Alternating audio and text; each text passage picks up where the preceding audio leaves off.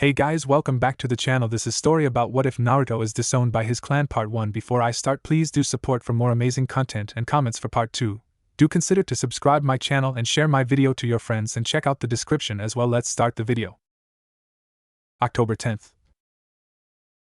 The Kyuubi, it's almost upon at the gates. We can't hold it back any longer. A bloodied Konoha shinobi yelled, while pointing past the large village entrance.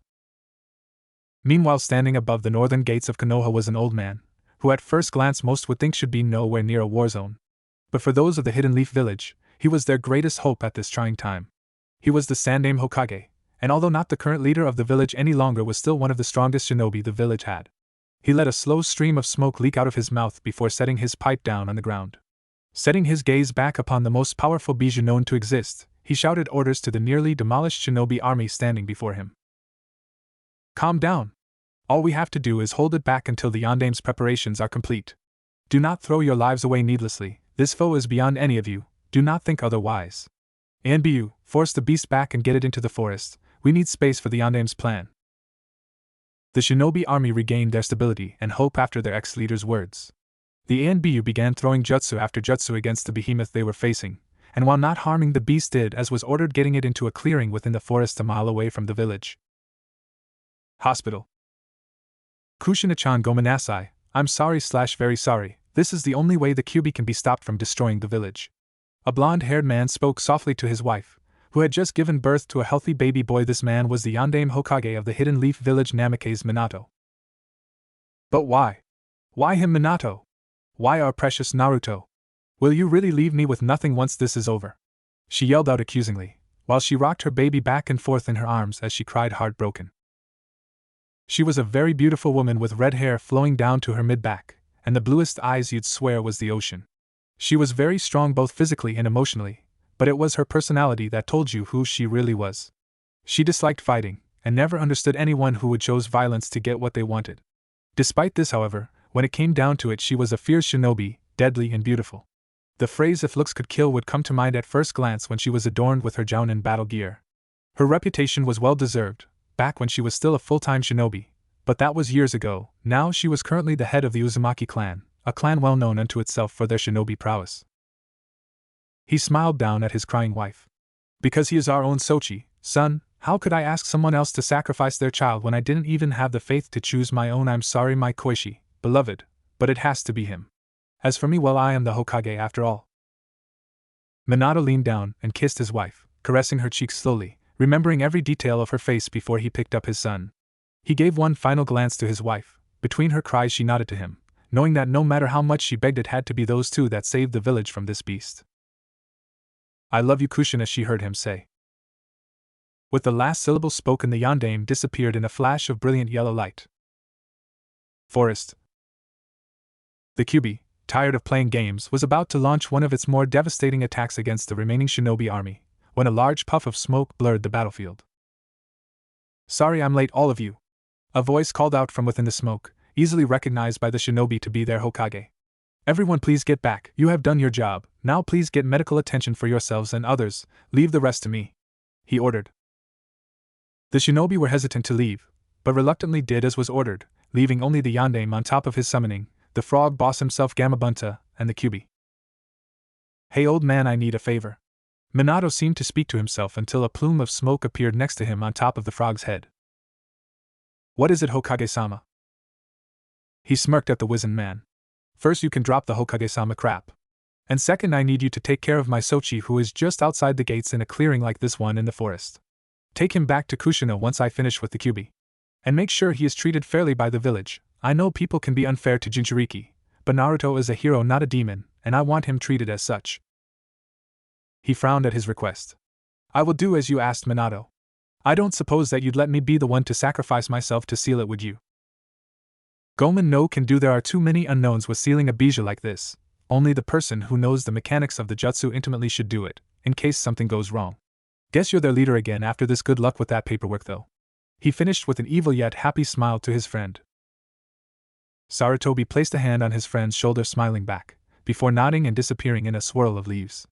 The Yondaime began the intricate set of hand seals to begin his jutsu, while the Kyuubi and Gamabunta faced off. After nearly 30 minutes of non-stop fighting, the jutsu was finally ready. Goodbye everyone, please take care of yourselves, and I hope my faith wasn't unfounded with my son. Goodbye my Koichi, Naruto, I love you, I'll be watching you. He thought before biting his hand and activating his technique. Fuinjutsu, Shiki Fujin, Spirit Sealing Method. A white light could be seen blinding anyone looking at the battle. Once the light dimmed and everyone looked back at the spot the Yondaime and Kyuubi just stood, nothing was there.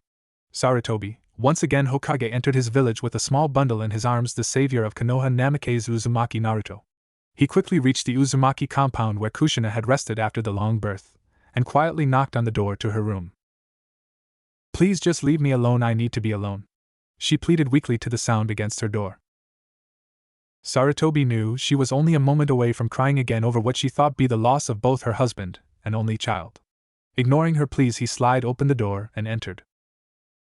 Kushina-san, I'm here to give you an important package that Minato left for you, he whispered to her, while walking up to the bed she laid in only to put the small bundle at the side of the bed, before slipping out the door. She noticed his motions, and curiosity getting the better of her, she picked up the bundle and unwrapped it, and to her surprise and utter joy it was her son, it was her Naruto. Although she noticed the new seal on his stomach as well as the 6 prominent whisker marks adorning his cheek, she didn't care, she had her son back, and that's all she cared about. I will always love you my little Naruto no matter what, nothing will stop me from loving you now that I have you back in my arms, she promised him as she rubbed his little cheeks with her finger lovingly. 2 years later. Although the village hidden in the leaves had recovered from the Kyuubi's onslaught, there was still a black mark on the village that wouldn't be forgotten for many years. The village itself was holding up fairly well, the main problem was the amount of shinobi still left. Most died on that day 2 years ago, and the numbers have been low ever since.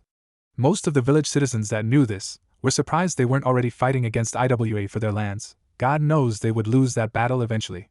So they could only be glad that a miracle has kept that from happening so far. However, with the times as they were, many of the remaining shinobi considered officially leaving the village and going to another to start a new life with a more stable environment. One such group decided on exactly that, the Uzumaki clan. Currently inside their compound, Kushina and Sarutobi discussed her clan's decision on departing the village. Kushina-san, don't do this, the village needs you and your clan's strength now more than ever. I know this is a troubling time for your clan, it's a troubling time for everyone. But the only way we can get past this is if we all stay together and rebuild this village like a family, he pleaded. Hokage-sama, I know what you are trying to say, and although I can understand where you are coming from, I'm in the same predicament. My clan is nearly gone because of what happened 2 years ago, there are only a few dozen of us left. Not only that, but I've seen the way this village looks at not only Naruto, but the clan itself for housing and their past protection him. The glares and the whispered voices of demon whore, evil, demon lover, so don't tell me about family and in this village. Especially since this ill will towards him has transversely rained down upon the rest of the clan. Which is why myself and what's rest of my advisors have decided on the only plausible course of action. I, Uzumaki Kushina, head of the Uzumaki clan, hereby banish Uzumaki Naruto from this clan. I will be putting him into the orphanage, and leaving him to you and the village once we leave. Sarutobi couldn't believe what he was hearing. He knew about the glares and words, but he never thought they would affect the clan this much, and especially not the Naruto's own mother. For the past 2 years she seemed to love the boy unconditionally. Confusion was clearly written on the old Hokage's face. What is the meaning of this, Kushina? Why are you abandoning him?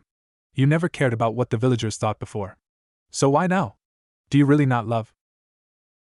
A heavy hand slammed down on the table between them, halting his sentence, and he saw an icy glare marred on Kushina's face, with her jaw clenched tightly, a look that made him both slightly flinch and bite back a gasp. He had only ever seen that expression on her face when she was ready to kill an enemy who so richly deserved death. Don't you dare ever question my love for my Sochi, son, Sarutobi, I love my Sochi. I'd do anything for him, I'd kill to protect him, I'd die in order to let him live, she barked, her glare only hardening at him. But that thing residing in his room isn't my Sochi, at least not anymore. Tell me, Sarutobi, do you have any idea what it's like to have a Sochi that your neighbors, your friends, your entire community hates with an undying passion? Do you have any idea what it's like to run into your Sochi's room in the middle of the night because you heard strange sounds only to find him thrashing around unconscious with red chakra all over him, ripping the sheets with claws and tearing the pillows apart with fangs like an animal like Kyuubi? Do you have any idea what it's like to wake up in a cold sweat because of the nightmares you've had every single night since that dreadful night a year ago, depicting your own Sochi who looks like a demon kill your loved ones and lay siege to your home, all with a bloody smile on his face and looking at you with the same eyes at it? She yelled out, before going wide-eyed, not realizing until it was too late what she just admitted. Sarutobi's eyes widened in shock at her confession. He accessed the Kyuubi's chakra. Why wasn't I informed? Why didn't you tell me, Kushina?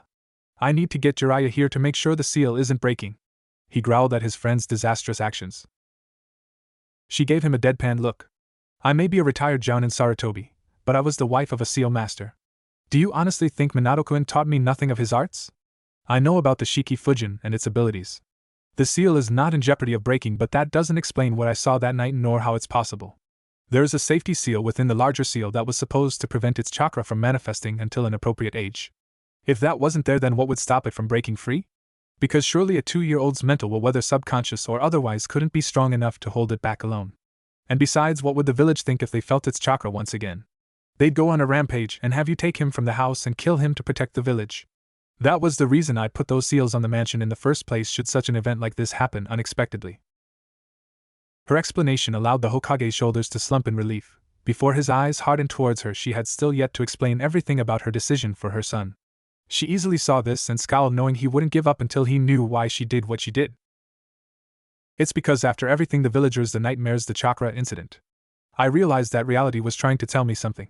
Something that I refused to believe, but I knew deep down in my heart to be true. That my Naruto-chan had died that night the chakra took him over, that I lost the one piece of Minato-kun I had left in this world. And now every time I look at him, all I see is the demon that was sealed inside him, and what it has taken from me. Naruto-chan may not have become the demon itself until that night, but now all I see when it smiles, that pseudo-warm smile, and hear when it tell me it loves me, is its evil smirk and its cold, lifeless laugh. Laughing and smirking that it is still alive while Minato-kun is dead and my little Naruto-chan is trapped inside his own body, probably knowing that if Naruto-chan dies, so does it, she explained, as tears of a mother's mourning and wife's emotional anguish fell down her face. Before she recovered and got back her steely gaze, the tears still flowing down. As for its banishment, it is what is best for the clan. The less we now associate with it, the better when we leave this village, she stated in a monotone voice, now devoid of any emotion. Sarutobi could see she spoke the truth. She only saw her own son, the savior of the village, as the demon now. His heart broke. The one person that he thought would always be by the boy's side was the one to actually order his exile. I see the needs of the many outweigh the needs of the few. Any? Very well, obviously nothing I can say or do will change you or your advisor's mind on this. However, as Hokage, I would like to know where you and the clan are headed. Kushina nodded at his request, finding it understandable considering his position. We have received an offer to be the new bodyguards of a powerful lord deep in my native land of Whirlpool Country. We will be leaving the village tomorrow. I see, very well, then I'll have the departure papers ready before then, he said, getting up from his spot, heading towards the door and sliding it open before turning back to her. This is probably the only time I'll ever say that I'm actually glad Minato is dead right now, because if he saw what you are doing to your own child, he would probably kill himself. You should be ashamed, Kushina, he finished, and walked out, wanting to get the taste of this clan out of his mouth. The next day, the northern gates were filled with one of the most powerful clans in Konoha. Said clan was preparing the last items to their wagon for the long journey to Whirlpool to start their new lives. The Sandaime Hokage was there as well to see them off, and wish them well in their new village. So you are really going through with this, Kushina? He asked, sullenly staring at the happy little blonde boy, next to his mother. She scowled. Yes, it will not follow us where we are going. Our reputation will not be tainted any more than it already has because it took the body of my Sochi. She released her hold on Naruto and gave him over to an Anbu standing next to the Hokage. If that really is your wish, I only pray Naruto never remembers this, because he would never forgive you. He surrendered, glancing at the now confused boy. Kushina bowed slightly to her ex-commander-in-chief, before signaling for her clan to leave. Naruto tensed when he saw his mother begin to walk away, and not call him to follow. Kaa-san, he called out. The clan kept walking, sneering at the boy as he called out to her. K-san! He screamed louder, thinking she just didn't hear him. Nothing, they simply kept walking and were already a good distance away from the gates. Seeing this, Naruto began to struggle with the Anbu that was holding him, with frightened tears beginning to fall down his cheeks. In Naruto's over-emotional state, an instant flash of red chakra surged through him, stunning the Anbu, forcing him let go. Without missing a step, Naruto began to run to his family, hoping to catch up, hoping maybe they just forgot him. Damn, I was really hoping to avoid this. I know Naruto will never forgive me if he finds this out too, Sarutobi thought with a disappointed frown, before signaling the Anbu that had been holding Naruto to proceed with the plan. Naruto was a mere 20 yards away from reaching his mother, when he saw a bunch of IWA shinobi jump out of the surrounding forest and attack the clan. The surprise attack was devastating, and most of his family was killed on the spot. His mother was barely able to stand from the 5 kunai lodged in her body now. Tears freely flowed from the boy's eyes as he could only watch his family get slaughtered right in front of him. Finally, the boy couldn't take it anymore and screamed a blood-curdling scream. As he watched his mother stabbed to death a few yards away, the shock to his system was too much before he simply blacked out. I see, so Sarutobi-san had a plan just in case. After all, I'm not surprised though, seeing how he is your Hokage, Kushina stated as the rest of her clan simply watched in disgust, as well as mild satisfaction as the Anbu picked up the boy, slid his mask back over his eye, and Shunshined back to gate. Let's go, we have a long way to our new home, everyone, Kushina ordered. The gates. I heard that scream. A simple genjutsu would have sufficed. That was more than was necessary for the plan I discussed, Sarutobi said to the Anbu with a hint of venom in his voice. Gomenasai Hokage-sama, I just thought if I made it as real as possible, the boy would accept it that much easier when you tell him what happened. The Anbu answered back, with a hidden smirk behind his mask. Sarutobi narrowed his eyes at his subordinate. Do not think it will be that easy. Meet me at my office tomorrow morning for your punishment, Kakashi. There has already been enough screaming today, I do not wish for more. Sarutobi took the boy from Kakashi and disappeared towards the orphanage. 4 years later, October 10th.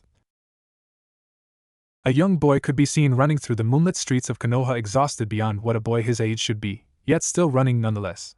He had bright blonde hair and ocean blue eyes, with 3 whisker marks on each cheek.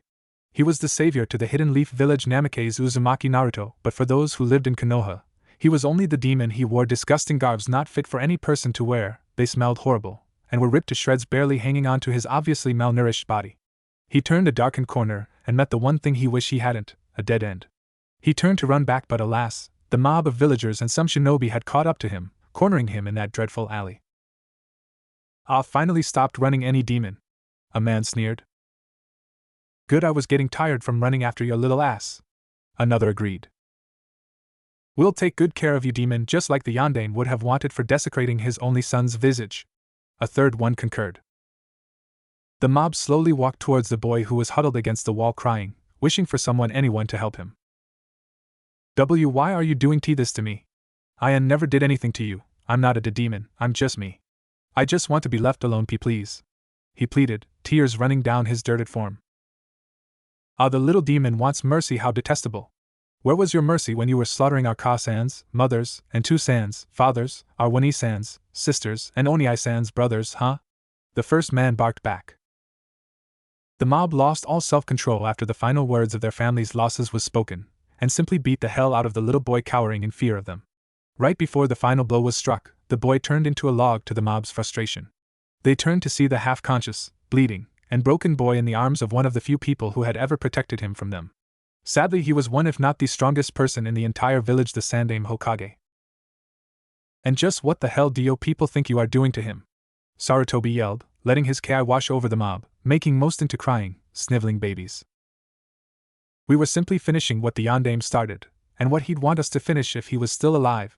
The demon took over his only Sochi's body for Kami-sama's, God's sake, Hokage-sama.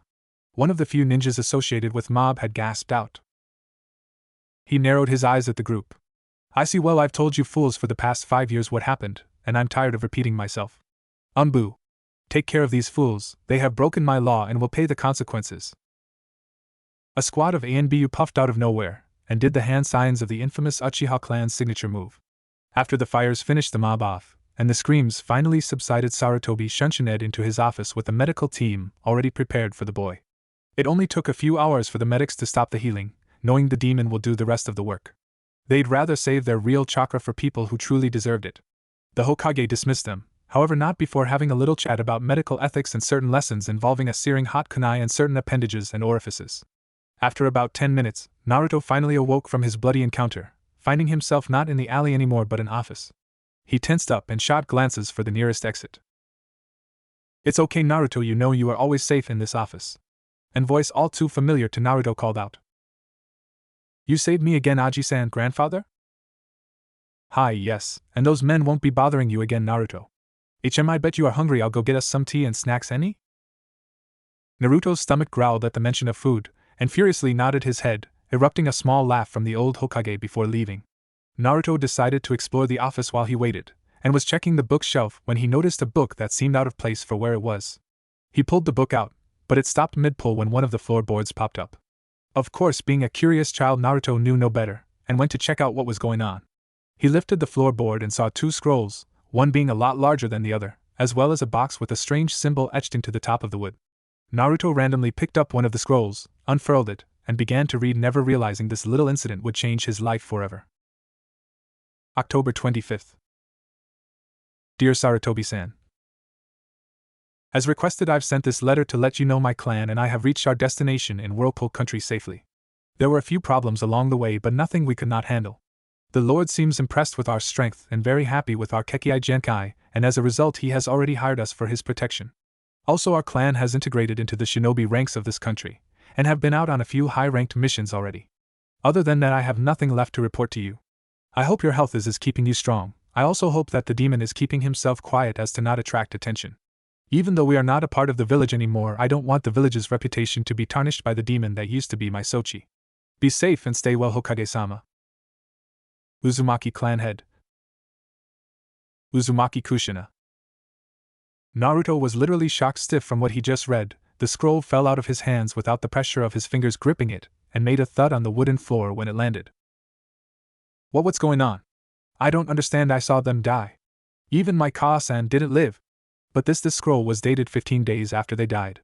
Either it's a lie, or Naruto thought before it dawned on him, after picking up the scroll and rereading the last sentence. It's not a lie, they all left me here.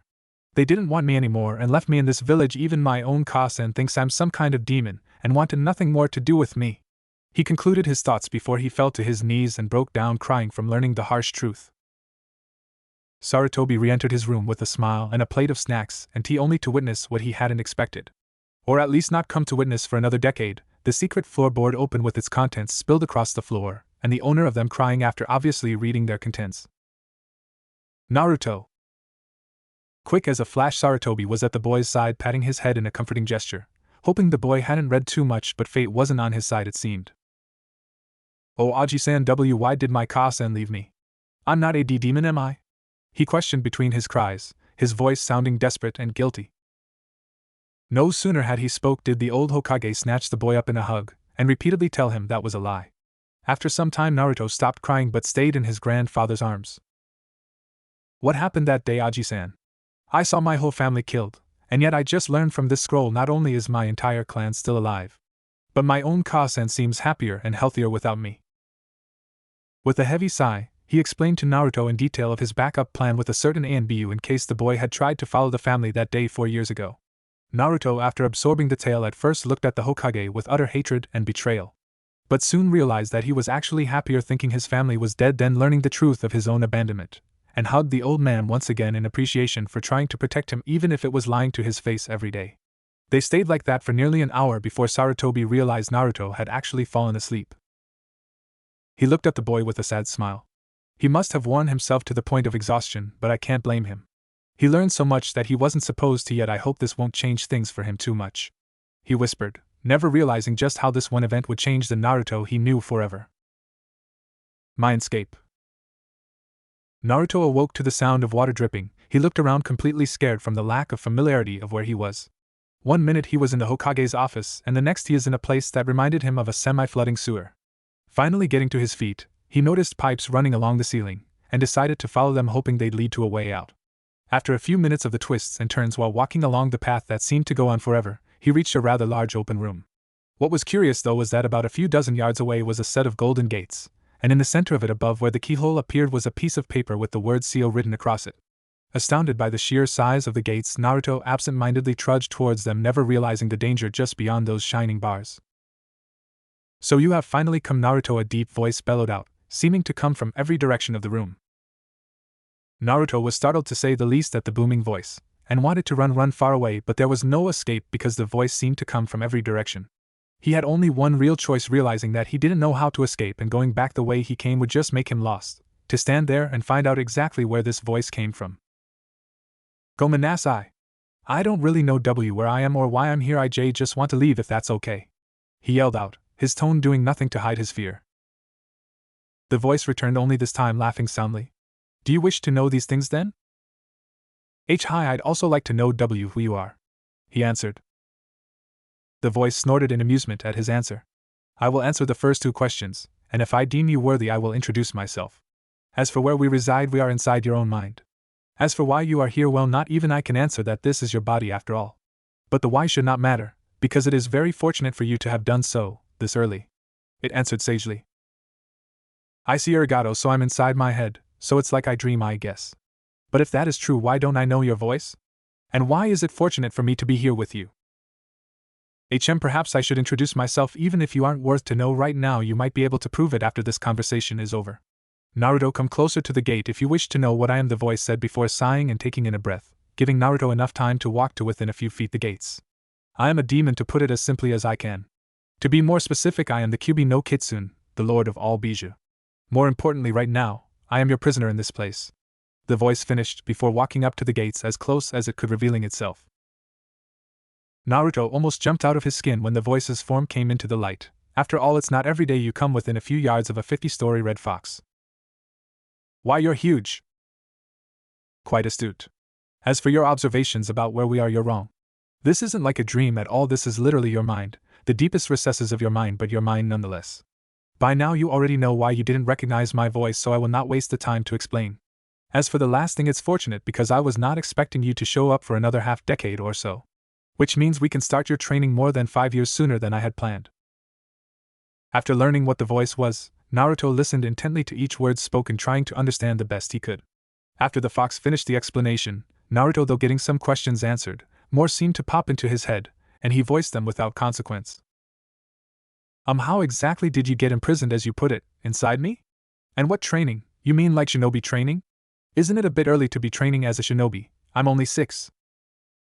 That is an interesting story. My imprisonment occurred the very same day you were born, and your father died. The story that was told to you about my fight with your village and Yondaime Hokage was only the half-truth. While I was defeated, I was in no way killed. Your father simply sealed my soul, inadvertently destroying my physical body, into a newborn baby you. Now, while I dislike losing, in all of its forms, I must commend your father and his actions, as dangerous as they were, and I have a begrudging respect for him for his sacrifice. The same way as I respect you for yours, even if it wasn't your choice. Which is why I decided that when you came to me, whenever that was, I would train you in the shinobi arts. Naruto absorbed the story like a sponge. When it finally hit him, he finally understood why everyone called him a demon and wanted him dead. So, I'm a demon then, he whispered to himself with a sad smile on his lips, though Kyubi easily heard him. Well, at least I now know why everyone hates me and my own Ka-san and clan abandoned me. Arigato for the explanation and the compliment, Kyubi-san, he said, trying his hardest not to cry, but soon let the thought go and let his head fall and cry into the flowing pool at his feet. Ha! Ha! Trust me, little one, you are the farthest thing from a demon, and I should know. You must understand that the humans in your village aren't attacking you because they want to. It's because they cannot reach me in here. So they think that by hurting the container they are also hurting the prisoner. You are simply a means to an end. Of course, if they weren't blind to their hate and sadness, they would know that all they were doing is hurting an innocent child. Now, I'd like to change the subject back to training you. I would like to begin as soon as possible. Meaning, once you get out of here, I will need you to ask your Hokage to leave the village to train, but do not mention I will be the one training you if he asks. Just tell him that you want to learn to defend yourself, which is still true, so you won't be lying. Naruto was listening, as his cries became less and less, until he completely stopped and just watched as the Bijou explained things. How can I believe you? How do I know you aren't trying to trick me somehow? You tried to destroy the village. You took my 2 sen away. You made my Ka-san hate me. How can I possibly trust you or your words? He yelled, not knowing what to make of this situation. He silently wished his mother or father was with him to guide him. The Kyubi's eyes widened slightly in surprise at the boy's outburst, before narrowing dangerously, and when Naruto saw its teeth glisten vicious, he mentally wished he could take back his outburst. Do not question my pride by accusing me of lying, especially to a mere human such as yourself, boy.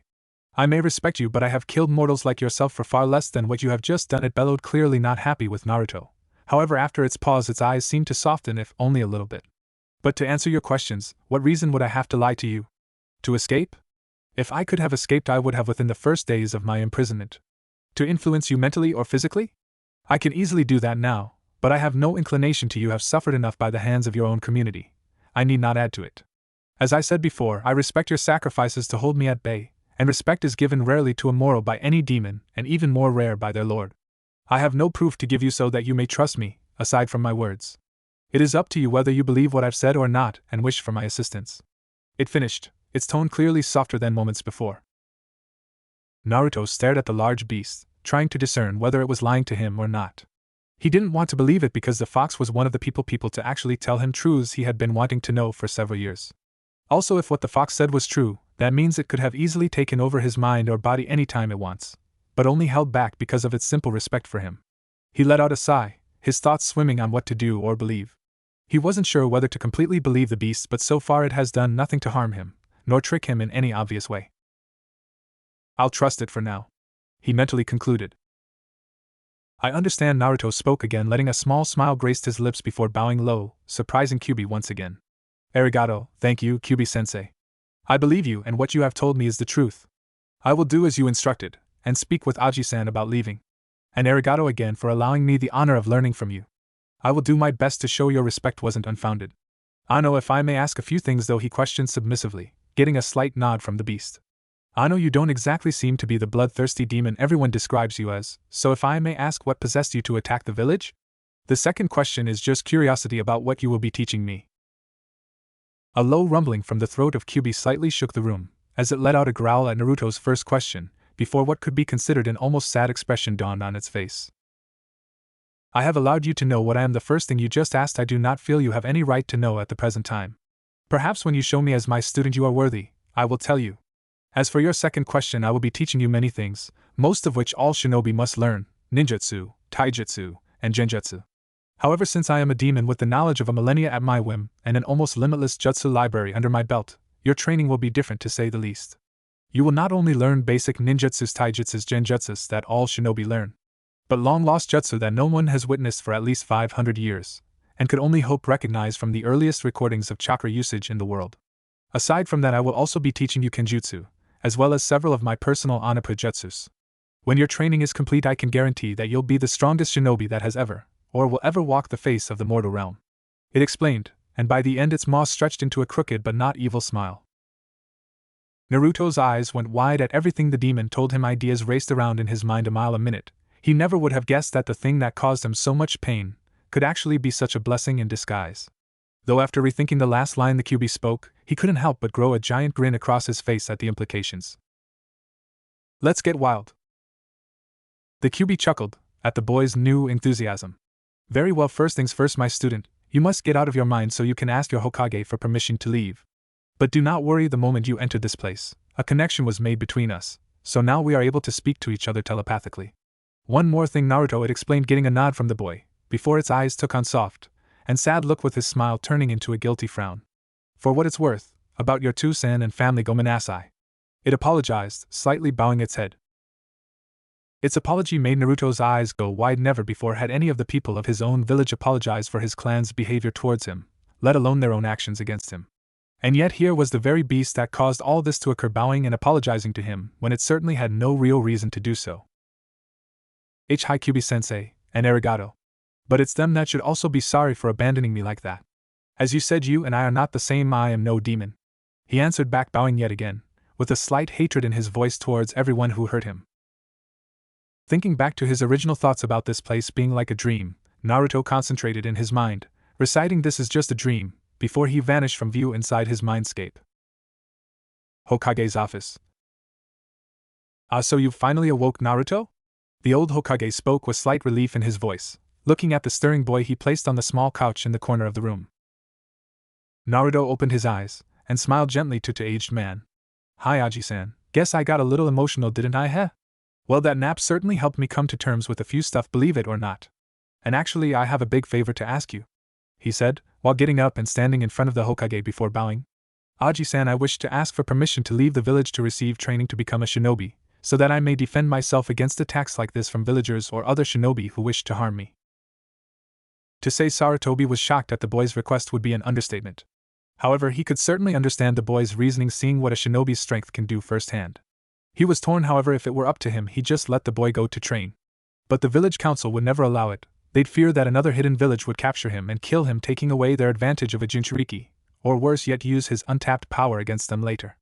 Looking at the pure determination and hope in the boy's eyes, he grunted in defiance and snapped his fingers, waiting only a moment before an ANBU-clad man shunted into the room.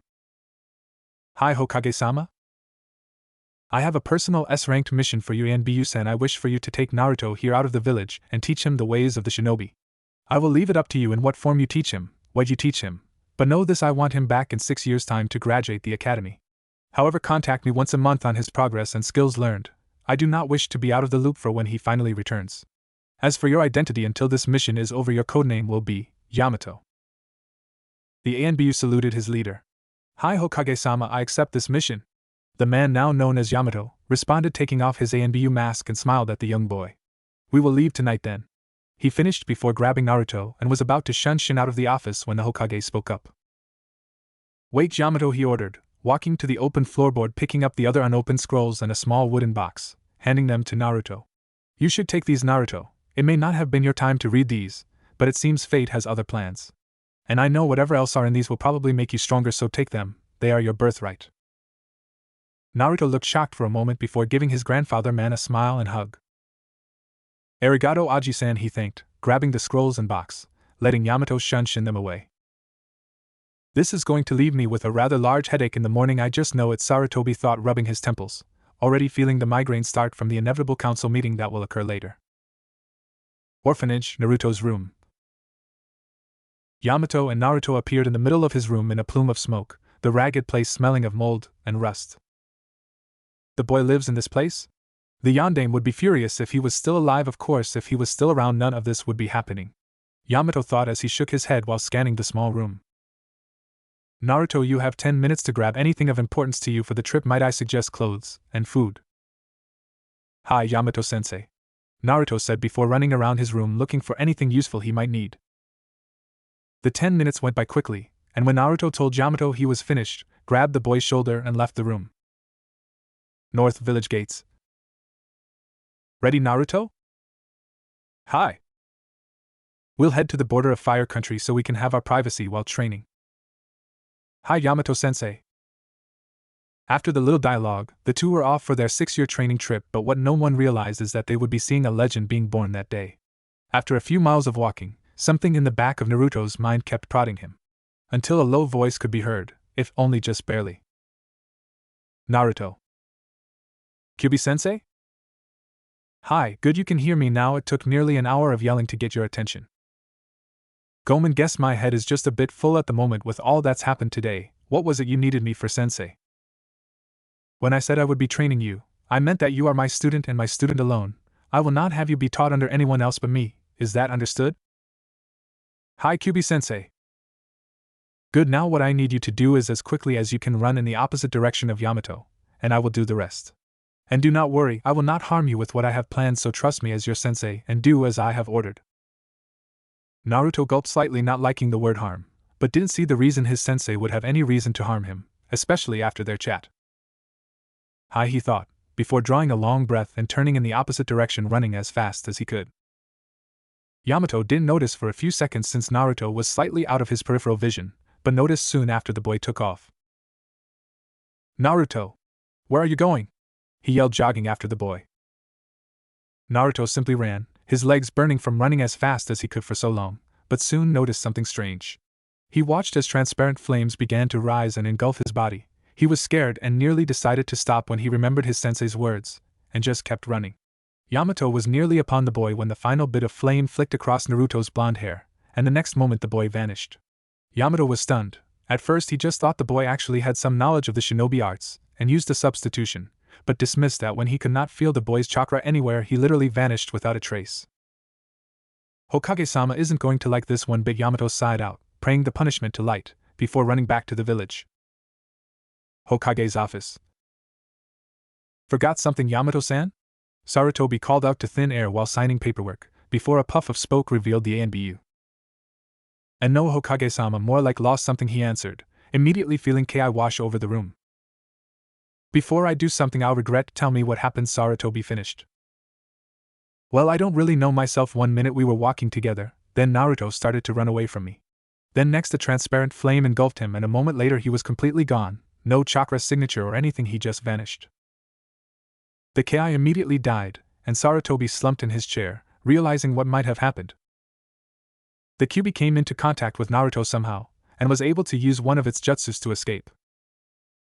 What should we do, Hokage-sama? With the Kyuubi involved, there's nothing we can do. We don't know the demon at all. Hell, we don't even know why it attacked Konoha. Most people just assume because it's evil. It could have taken Naruto anywhere. Hell, it could have been Naruto this whole time too, just trying to get an opportunity to escape, and I played right into its hands. We have no leads or insight to its plan, therefore all we can do is hope Naruto is somehow safe. Yamato-san, for now your mission is over. Please pretend like this night never happened, understood? Hi Hokage-sama, Yamato answered before disappearing. Damn it, Kyuubi, just what in the hell are you planning with him? Sarutobi thought before taking up his pipe and inhaling a long drag. The news of the demon's disappearance spread like wildfire, and the following week, celebrations took place, as most of the population of Konoha cheered the hopeful death of Uzumaki Naruto. Much to the Hokage's grief, during said celebration, word got out to the younger generation of Naruto's tenant. Many drunken fools lost their lives that week. Sarutobi, however, couldn't have argued more against those fools' thoughts. He just wished Naruto would come back. Little did everyone know that his wish would be granted, but the Naruto that returned to the village would not be the same Naruto that everyone remembered who had left. 6 years later. For the past 6 years, there was an air of peace inside the Hidden Leaf village. Citizen and shinobi alike seemed happier and more at ease, knowing that the darkness that was the Kyuubi wasn't still lurking in their midst. Little did they know the village's darkest secret, and most foul possession, was about to walk right back into their village, just as he had walked out of it all those years ago. Northern Gates. Walking along the dirt road headed towards the gates of one of the most powerful villages in the world, a shinobi could be seen. Nothing much seemed out of the ordinary about him. He was fairly tall, his silver hair spiked in such a manner that seemed to add almost a full half-foot to him. His lazy walk indicated his lack of motivation to do anything, or the fatigue of a mission he had just completed. The oddest thing was, however, that he was walking while seeming to keep his eyesight completely focused on a little orange book in front of his face. And if one were to listen intently, one would hear perverted giggles coming out of the man every so often. The other strange thing was his face. It was almost completely covered, partly by his headband, which could be considered strange on its own. He wore his shinobi headband angled diagonally, fully covering his left eye. The rest of his face, save for his right eye and upper right cheek, was also covered by a shinobi mask, used to hide the identity of the user. Coming upon the gates, the man could hear the 2 gate guards complaining about their jobs. Not having much to do himself, he simply waited and read until the pair noticed him in the large archway. After a while, the bickering finally ended, and the 2 guards noticed their guests, still lazily waiting for them. Ah, Kakashi-san, you're back from your mission, I see. Wow, even knowing it's you, I still expected you not to be back for another week at least. How did it go? Izumo spoke, knowing Kakashi from a few previous missions they were on together. Yo! Can't really complain. It was a rather simple A rank. A bunch of bandits and Ronin were trying to terrorize a town which is under the protection of Konoha, so I dealt with them. He responded lazily, not taking his eyes off his precious book. Ah. Not surprising from the copy ninja himself. Well, I won't hold you any longer. Welcome back. Kakashi simply nodded to him and walked nonchalantly into the depths of the village. Once out of range of the guardhouse, Kakashi jumped to the nearest rooftop and set his hands in a familiar sign, before a puff of smoke engulfed him and he returned to his true form, the form of Namikaze Uzumaki Naruto. Naruto sighed and shook his head. That was far too easy. Aji-san needs to put some better genjutsu-oriented guards at the gates. Not like it would have made a difference. Naruto, you know, only Dijitsu users, and those with certain Kekkei Genkai, bloodline ability, can sense this jutsu, while only other demons have the ability to dispel it. A muffled voice from within the recesses of Naruto's jacket answered. Naruto smiled warmly and unzipped his jacket to allow a little fox to climb out and jump on his shoulder, wrapping its tail comfortably around his neck. The little fox yipped and licked the man's cheek before resting its head against his neck. He scratched the fox behind the ear, making it lightly purr. Hi, right as usual, Natsu-chan. Guess it's time to see the old man. He's probably been worried sick, he finished with a bit of guilt obvious in his voice, before bounding off to the Hokage Tower. Hokage Tower? Damn this paperwork, Minato, I swear, even if it wasn't for the protection of the village, you'd have still used that Fuinjutsu just to get out of any more of this damnable paperwork. Sarutobi grumbled loudly, from behind his paper-littered desk. TSK, never thought I'd hear the Hokage whine about his job. It's quite unbecoming of a leader, any? A voice teasingly scolded out of seemingly everywhere inside the office. Show yourself, I know where you are, I just don't know who you are. And if you are good enough to sneak into this office without setting off any alarms, then introductions can wait, since I don't believe there will be a need for them in a few seconds. Sarutobi said, already in his best defensive stance he knew, since he didn't know how powerful the enemy was, so going on the offense wasn't the best course of action right now. "Ah, you forgot me already? I'm heartbroken. I mean, it's only been about 6 years since we last saw each other, and here I thought we had grown close." Aji-san, Naruto finished, still hidden but with a large smile plastered on his face. He knew the Hokage was old, but he was still quite spry, and would get it in a minute. A long silence filled the room before Sarutobi's face lit up, and fell back into his chair in shock. "Naruto, is that really you?" Naruto decided enough was enough with the smoke and daggers routine, and stepped out of his hiding spot. To say Sarutobi was shocked was a rather large understatement. He wasn't expecting Naruto to return in such a feat of skill. And if that wasn't enough, how Naruto looked would have certainly put the poor man in the hospital with a heart attack if he wasn't a veteran shinobi. The best way to describe the Naruto the Hokage saw in front of him now was a mini Minato. Standard Konoha Jounin garb down to the T, was worn by the boy. His hair was longer and more wild, but his blue eyes still shone with the same light as they always had. "Kami-sama, Naruto, you look just like your Two-san, only shorter," he said, chuckling when the boy's eyebrow twitched at the mention of his height. "By the way, Naruto, who is your sleeping friend?" he asked, noticing the little fox asleep around on Naruto's neck. Naruto smiled, while once again scratching the fox's ear, getting something akin to an animalistic moan from it. "She is my dear and close companion. She's been with me ever since I left this place 6 years ago. By the way, Aji-san, do you mind sending your ANBU out of the room? I didn't go through all this trouble to get in your office undetected to have them listen to what I have to tell you alone. Yamato-san can stay, however, since he was my sensei for however brief it was," he requested with a knowing smirk. Sarutobi smiled at the boy, who seemed to simply be nonchalant about everything, while just paying attention to his little companion. The Hokage snapped his fingers and a squad of ANBU made themselves known. They all bowed and left through the door but one, leaving only the three. "Gomen, Naruto, but you have to understand that it was necessary just in case the Kyuubi was still in control of you. Though in my opinion, if it was, the village wouldn't still be standing, and I'd be in trouble. Save for you and a few others, you're correct, this village would be rubble," the fox thought, making Naruto chuckle lightly. "Well, since the topic has actually changed to why I'm here, might as well get to it. But first I want to explain a few things about the Kyuubi. Firstly, there was a very good reason why it attacked the village 12 years ago. Secondly, while you are correct that the Kyuubi isn't controlling me, the fact of the matter is that Kyuubi had never controlled me at all. I left at my own discretion, and it was actually Kyuubi that was my sensei while I was gone. The final thing, because of this seal's purpose other than containment, who you see before you isn't the real Mio, and the Kyuubi is a woman, hence why I never said him, or he." He finished, rapidly went through a short series of hand seals, while the little fox jumped to the floor right next to him. "Ki, release." He spoke before a large plume of smoke surrounded both him and the fox. The smoke soon dissipated, and both Yamato and Sarutobi were speechless, their mouths hanging open at the sight. Instead of a teenage Naruto standing before them, there were now two people who looked to be around their late 20s or early 30s. The man on the right was rather tall, and very handsome. He had an athletic-looking body, his toned muscles not overly huge but still quite visible, only slightly straining the fabric of his shirt and pants. He was wearing official Konoha shinobi attire, although the color scheme was obviously his own. His flak jacket was a very dark orange with the Namikaze family seal on the back and was open in the front. His pants, shoes, and short-sleeve shirt all black, with 2 kunai holsters on each thigh, and his blank shinobi headband strapped to his left arm. He also wore a black mask like Hatake Kakashi does, but he had already drew it down from his face. However, the most dramatic change was the man's physical appearance itself. His once golden blonde tresses now were a dark orange, matching his flak jackets in color. His once ocean blue eyes were now a beautiful dark amethyst, with slits running down their middles. His whisker marks, which identified him as the Jinchuriki of the Kyuubi, were now more pronounced across his face, as were his teeth that were now elongated into fangs and nails into claws. His normal ears were now replaced with orange fox ears with white tips that ended a few inches above where his hair stopped. And if that wasn't odd enough, there were also 5 white-tipped orange foxtails swinging back and forth behind him. To the man's right stood a very beautiful woman, a few inches shorter than him, but no less intimidating respectively. She too had an athletic body, but still had very generous curves, along with a rather well-endowed chest. Her garb was quite similar to the man's, only her colors were black and red. She wore an open blood-red flak jacket also with the Namikaze family seal. Her pants, sandals and sleeveless shirt were all black, however she wore no mask to hide any part of her face. Her physical appearance more than the man's, both shocked and put fear into Yamato and Sarutobi, as well as give them both a few lewd thoughts in the backs of their minds despite the situation. She had fire crimson hair which fell to her mid-back, with a few strands falling over her face.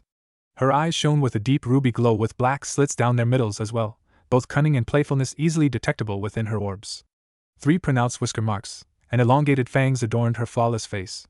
Her claws easily apparent, while her hands were resting on her hips in a bored manner. Fox-like ears and 4 swaying tails behind her were also apparent, only they were red with black tips instead of dark orange. The best phrase that could easily describe the two together were, deadly sexy. Well, what exactly is going on here, Naruto? What the hell happened to you? And just who is this woman? The Hokage finally formed the words he had been searching for while he assessed the changes. Naruto just smiled at his grandfather's dumbfounded look. That is a long story, Aji-san. And right now I'm too tired to tell you the whole story. But I promise I'll tell you everything in the greatest detail tomorrow morning. But to answer your quicker questions, because of the fusion of my chakra and Kyuubi's, I had to become what humans call a Hanyu, a half-demon, to accommodate all of her chakra in my body. This is my Hanyu form you see before you, and is now my true form. For your second question, now don't freak out or anything because there is nothing to worry about, I assure you. This was the fox you asked me about earlier, just in another form. Her name is Natsumi, but most humans know her as the Kyuubi or Kyuubi no Kitsune. Both Yamato and Sarutobi both took an unconscious step back after learning the identity of the beautiful woman standing in front of them. Now Naruto, just how is this the Kyuubi? Your father sealed her. If she is out, then that means that the seal failed and she can go on a rampage. The Hokage choked out before bringing both his hands into his Kage robes in search of his kunai.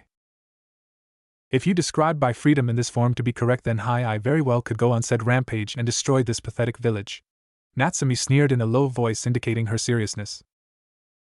Mama, that's enough scaring the wits out of Aji-san, Natsu-chan, Naruto said in a sing-song voice, while he got behind her and wrapped his arms around her waist. Natsumi felt his strong arms wrap around her, and she just let out a soft sigh, leaning back against him. Okay, Naruto-kun, but only because I know he is precious to you, she responded, nestling her head in the crook of Naruto's arm. Both Sarutobi and Yamato quirked an eyebrow at the show of affection the two just showed each other. Are you two? Yamato let the question float, while raising his hand in a fist next to his face, leaving his pinky out and wiggling it slightly. If so, how is that even possible? Naruto just smiled at what Yamato was getting at, and just hugged Natsumi closer before answering. That is part of the story, so you'll have to wait. But like I said before, I will let you know everything tomorrow morning around 9 a.m. Oh, and I do not want any unwelcome guests, so I expect only you two in the room when I get here. So till then, I'll wish you a good day. He finished preparing to leave. Wait, Naruto, there are some things you should know about the village. After you left, well, the more ignorant villagers held a week-long celebration at your disappearance, and eventually word got out to your generation of who you are. So even though most people think you are dead after so long, they still know you were the Jinchuriki of Kyuubi. I just thought you should know, maybe it'll help you conform back to village life here, but I truly apologize for letting your secret get out like that, whether you were here or not. Sarutobi apologized, bowing lightly to the man and his companion. Naruto thought over what he heard, and just smiled at his grandfather. It's okay, Aji-san, even if they didn't know already, they would know soon enough since I'm back. I'm not ashamed or sad to be Natsumi's jailer. It's given me an opportunity to be something I could not be without her, plus she is a great sensei. I learned so much from her that I never would have with any other sensei, he said with a smile, not noticing the slight blush across the cheeks of the woman he still held in his arms. But since that fact remains, I will keep up a henge so the villagers don't go crazy over my return yet. Naruto released Natsumi from his grip, went through a few hand seals creating a puff of smoke, and Naruto was now hinged so his tails were gone, his ears were back to normal, his eyes had normal pupils but still held their magnificent shade of purple, and his mask was over the lower half of his face. His uniform was back to the standard Konoha Jounin colors, even the Namikaze symbol was replaced with the red swirl like all leaf flak jackets had. Natsumi was back to her little fox form that she had entered in as, sitting back on Naruto's shoulders, while nuzzling her snout against his cheek. I'll be back at 9 a.m. tomorrow, Aji-san. If you need me before then, I'll be at my Two-san's estate. Remember what we talked about, and what you saw doesn't leave this room. Naruto finished, heading towards the door of the office before stopping. Oh right, A&BU, he said seemingly to himself before a purple translucent flame surrounded him. Shunshin ing him out of the office. Rather impressive Shunshin effect. Yamato-san, what do you think about this development? Yamato furrowed his brow. I think this village will be a lot less quiet from now on if Naruto has come back for certain, especially with what he said he is now. Sarutobi started rubbing his temples from the anticipating days to come with Naruto's return inevitably being spread throughout the village like wildfire. Yes, I can already see the riots starting, he sighed.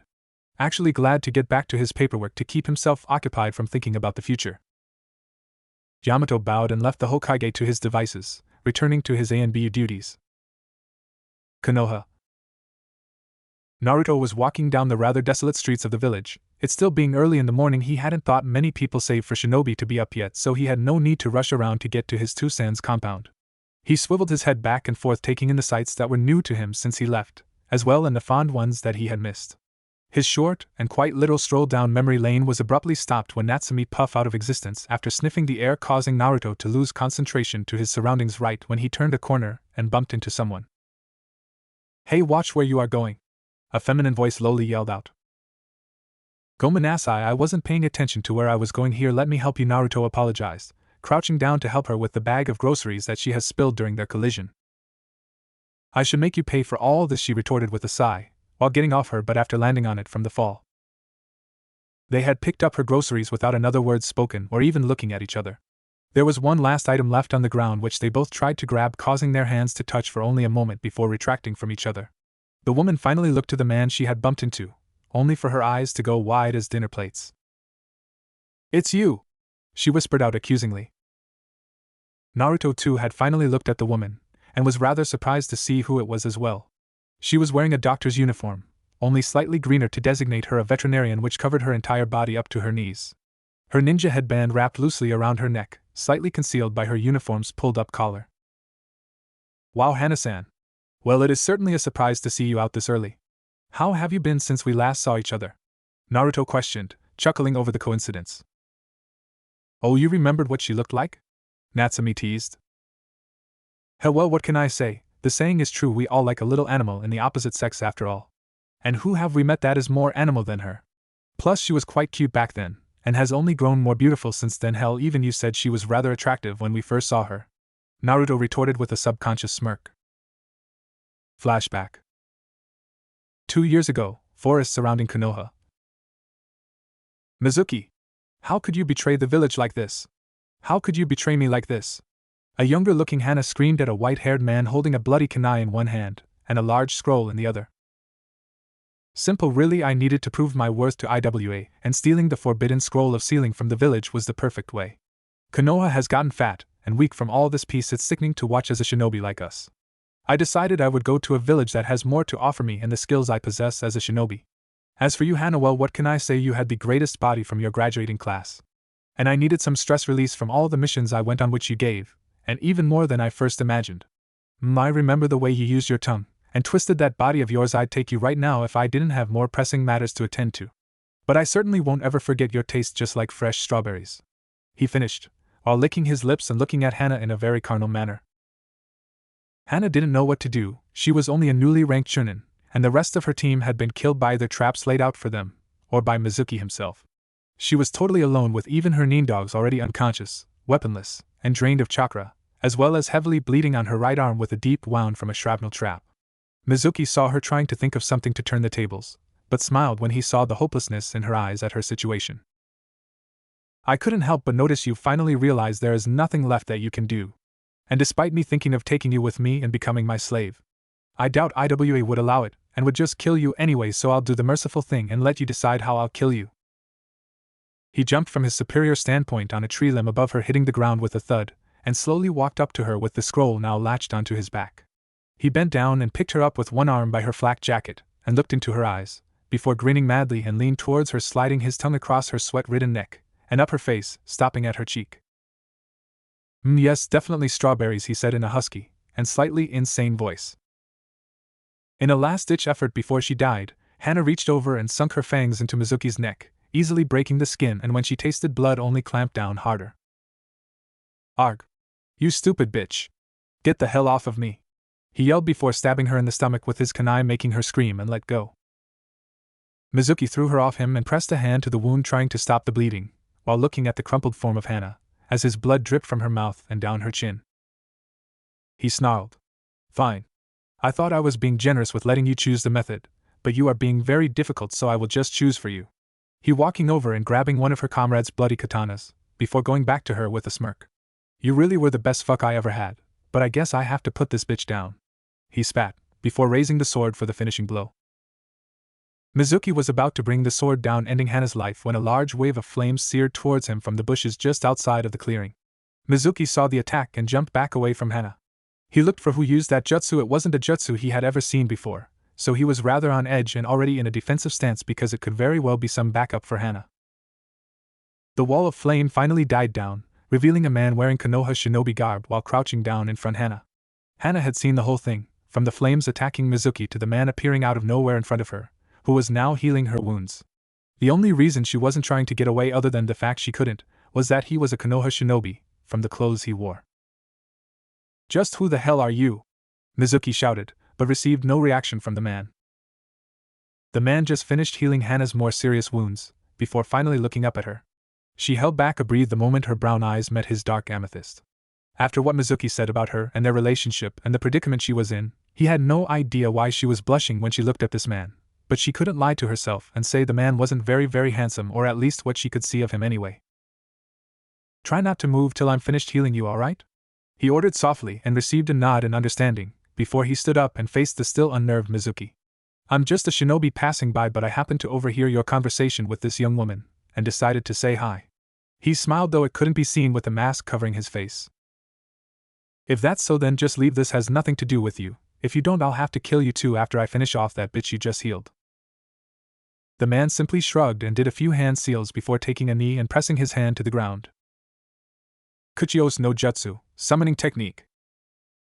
The man brought his hand up slowly, and out of the ground came a katana with a red hilt, resting inside a black sheath. The man grabbed the sword when it completely finished coming out of the ground, hooked it to his left hip, and pulled out the sword, letting the blade slide across his thumb so the entire edge was covered in blood. "Hakiai, Shinkakai-jin, release, Crimson Ash." As soon as the last word was spoken, the blade burst into flame. No, to be more exact, the blade itself turned into the flame that was now being jutting out of the red and black hilt. The man did a few test swings with the new sword. With each arc, the flame seemed to move and grow almost like the tail of a comet that followed the main flame where the steel blade once was. It then resumed its natural state and size when the sword stopped moving. Mizuki was taken aback at what he had seen. He wasn't one to admit his fears to anyone, but he was scared now, and all three of the people still conscious knew it simple by his body language. "Seems I'll have a new sword after this is done as well." He bluffed while smiling the best he could, while hoping the man couldn't sense his apprehension to fight.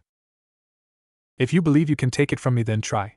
But if I were you, I'd just return that scroll to her and be on your way. Because I can assure you that any other route you take now will not be pleasant," the man stated coldly, looking straight at Mizuki with an emotionless gaze, as thin strings of purple chakra began to slowly radiate off his body. His body is actually giving off chakra. Hana thought, flabbergasted at this fact. She had never heard of visible chakra except with certain jutsus, usually A rank or higher. And yet this man was giving off chakra from sheer force of will and emotion alone. "Why you think you can scare me? Well, try this kinjutsu I learned from this scroll," Mizuki threatened before putting his fingers in a cross seal. "Taju Kagebushin no Jutsu, multiple shadow clone technique." The entire field puffed in a plume of smoke, revealing nearly 25 Mizuki clones. The original simply had an arrogant smirk plastered across his face, reveling in his superiority over the intrusive man. "It's the quality of the shinobi, not the quantity. If you took this lesson to heart, you would have used the chakra required for that jutsu for a more effective one against me," the man retorted, before swinging his sword in a horizontal arc. As the blade arched, the flame tail began extending outward almost 50 feet, easily cleaving the shadow clone army in half, as well as a few dozen trees. After the tail returned, the man saw Mizuki, who was still alive if only known by his blood-curdling screams. Most of his clothing had burned to a crisp, while his right arm had multiple gashes. However, the oddest thing was that his gashes and clothes were actually still aflame. If the smell in the air indicated anything, it was that the flame still burned both the open flesh of the wound and any blood that seeped out, along with the fabric that still rested on his body. Mizuki tried to pat the flames out, but they simply burned hotter and fiercer, causing the man to scream in even more agony. "You cannot put that flame out, only I have the power to call it back. If you give up and promise to never return to Konoha, I will let you leave," the man offered, never taking his gaze off the screaming man. "Or why you put that fancy sword down and listen to what I say, and maybe I'll consider letting the bitch live," Mizuki choked out through gritted teeth. The man turned back to Hana only to see another Mizuki holding her hostage with a kunai against her throat in front of a tree. "TSH missed one. I must be losing my edge," he though berating himself for the slip-up. The man did as he was told while facing the real Mizuki, and dug the sword into the ground with the sharp edge facing Mizuki at his feet. "Good, now move away from the sword," he ordered. The man followed the order, and took 10 large steps away from the sword closer to Hana and the clone. Mizuki began to limp his way towards the sword, keeping a deadly gaze on the swordsman. Mizuki was about a foot away from the sword and when it grabbed it, but the man had other plans and in one swift motion brought his right arm in a vertical arc above his head. Out of nowhere the dormant sword seemed to grow a life of its own and moved in the arc motion the man just did. To Hana it seemed like time stood still. One moment Mizuki was about to grab the sword, the next said sword was lodged into both the trunk of the tree only 3 inches from her shoulder, and down the middle of the shadow clone's head. The next moment another blood-curdling scream echoed throughout the forest as the vicious plan of the man came full circle. The real Mizuki was the one who screamed. Why? Because as Hana was witnessing his body was cleaved cleanly in half down the middle, so cleanly in fact Mizuki's body didn't register the slice until just then when his two halves began to separate from each other, his screams dying with it. If Hana wasn't so completely exhausted she'd have probably thrown up, from what she has just witnessed this stranger do. Her body flinched when the man jerked his arm back, the sword pulling out of the trunk and flying back to him, catching the hilt in his hand. The man began to fumble with the hilt for a minute, before resheathing the sword and it poofed out of existence. He used ninja wire to tie the hilt of his sword to his wrist, she though surprised, but finally answering the question of just how the hell he pulled off that attack. The man began to walk back towards her, and from sheer fear her knees buckled and she fell on her butt against the tree. She closed her eyes tightly when the man reached her and took a knee in front of her. She had no idea what the man planned on doing now, whether it be make her his slave, kill her, or the worst thing she could think of, rape her. After a few moments nothing happened, but then a warm sensation enveloped her body when a hand gently grabbed her upper arm and another pressed itself against her stomach. She slowly opened her eyes to see the man with a look of concentration in his eyes, as her entire body was encased in a light purple aura. After a few minutes he released his grip and stood up looking down at her. I just finished healing the rest of your wounds so you should be okay to move around freely. But I suggest taking it easy for a while till you regain enough chakra, he said in a warm tone, a tone opposite of what he was speaking to Mizuki with. He held out his hand to help Hana to her feet. She hesitated for a second before taking it, being pulled to her feet. She took a moment to regain her stability, before she finally took in all that happened. Her entire team was dead. Her Nindog was close enough to it, though she noticed out of the corner of her eye that the man was currently healing him. She is pretty cute, don't you think, Naruto? Natsumi asked inside his head with a sly voice, only getting an affirmative nod in response. She just stared at the destruction and havoc the surroundings had taken, not only from the battle of her squad and Mizuki, but also the man's flame attack. The ground and surrounding underbrush were all scorched along with nicks, cuts and holes. The man came back to her side with her dog in his arms, giving him back to her, and then latched the scroll to her back with some wire. Gomen for your team, but there is nothing more you can do for them. You should go back to Konoha and alert the Hokage about this and to send a medical team to clean this up, the man suggested sadly, before turning and walking towards the denser part of the forest from whence he came. Matt, wait, what's your name? She asked, her voice slightly panicked. If for nothing else she wanted to at least know the name of her savior to maybe repay him one day. I don't need thanks or recognition for what I did. I simply did what was right, that is all. Take care, he retorted bluntly, taking a final look back at her with what she thought was a large smile across his masked face, before he vanished into the forest. Arigato Shinobi-san, she whispered against the billowing winds before heading back to Konoha, hoping that she'd meet the mysterious shinobi again to maybe thank him properly. Flashback end. Hana's shocked expression reverted to a saddened one when she remembered that day of betrayal and death. I've been okay since then, she answered quietly, images still flashing in her mind. He offered her a small smile, slightly visible through his mask. That's good, you're a strong woman and a steel-nerved kunoichi. It's why I left you on your own back then. I knew you could handle yourself after I healed you. And I knew what happened wouldn't keep you down for long. Hana blushed slightly, formed the compliments, as they both stood up after getting all her groceries back in her bag.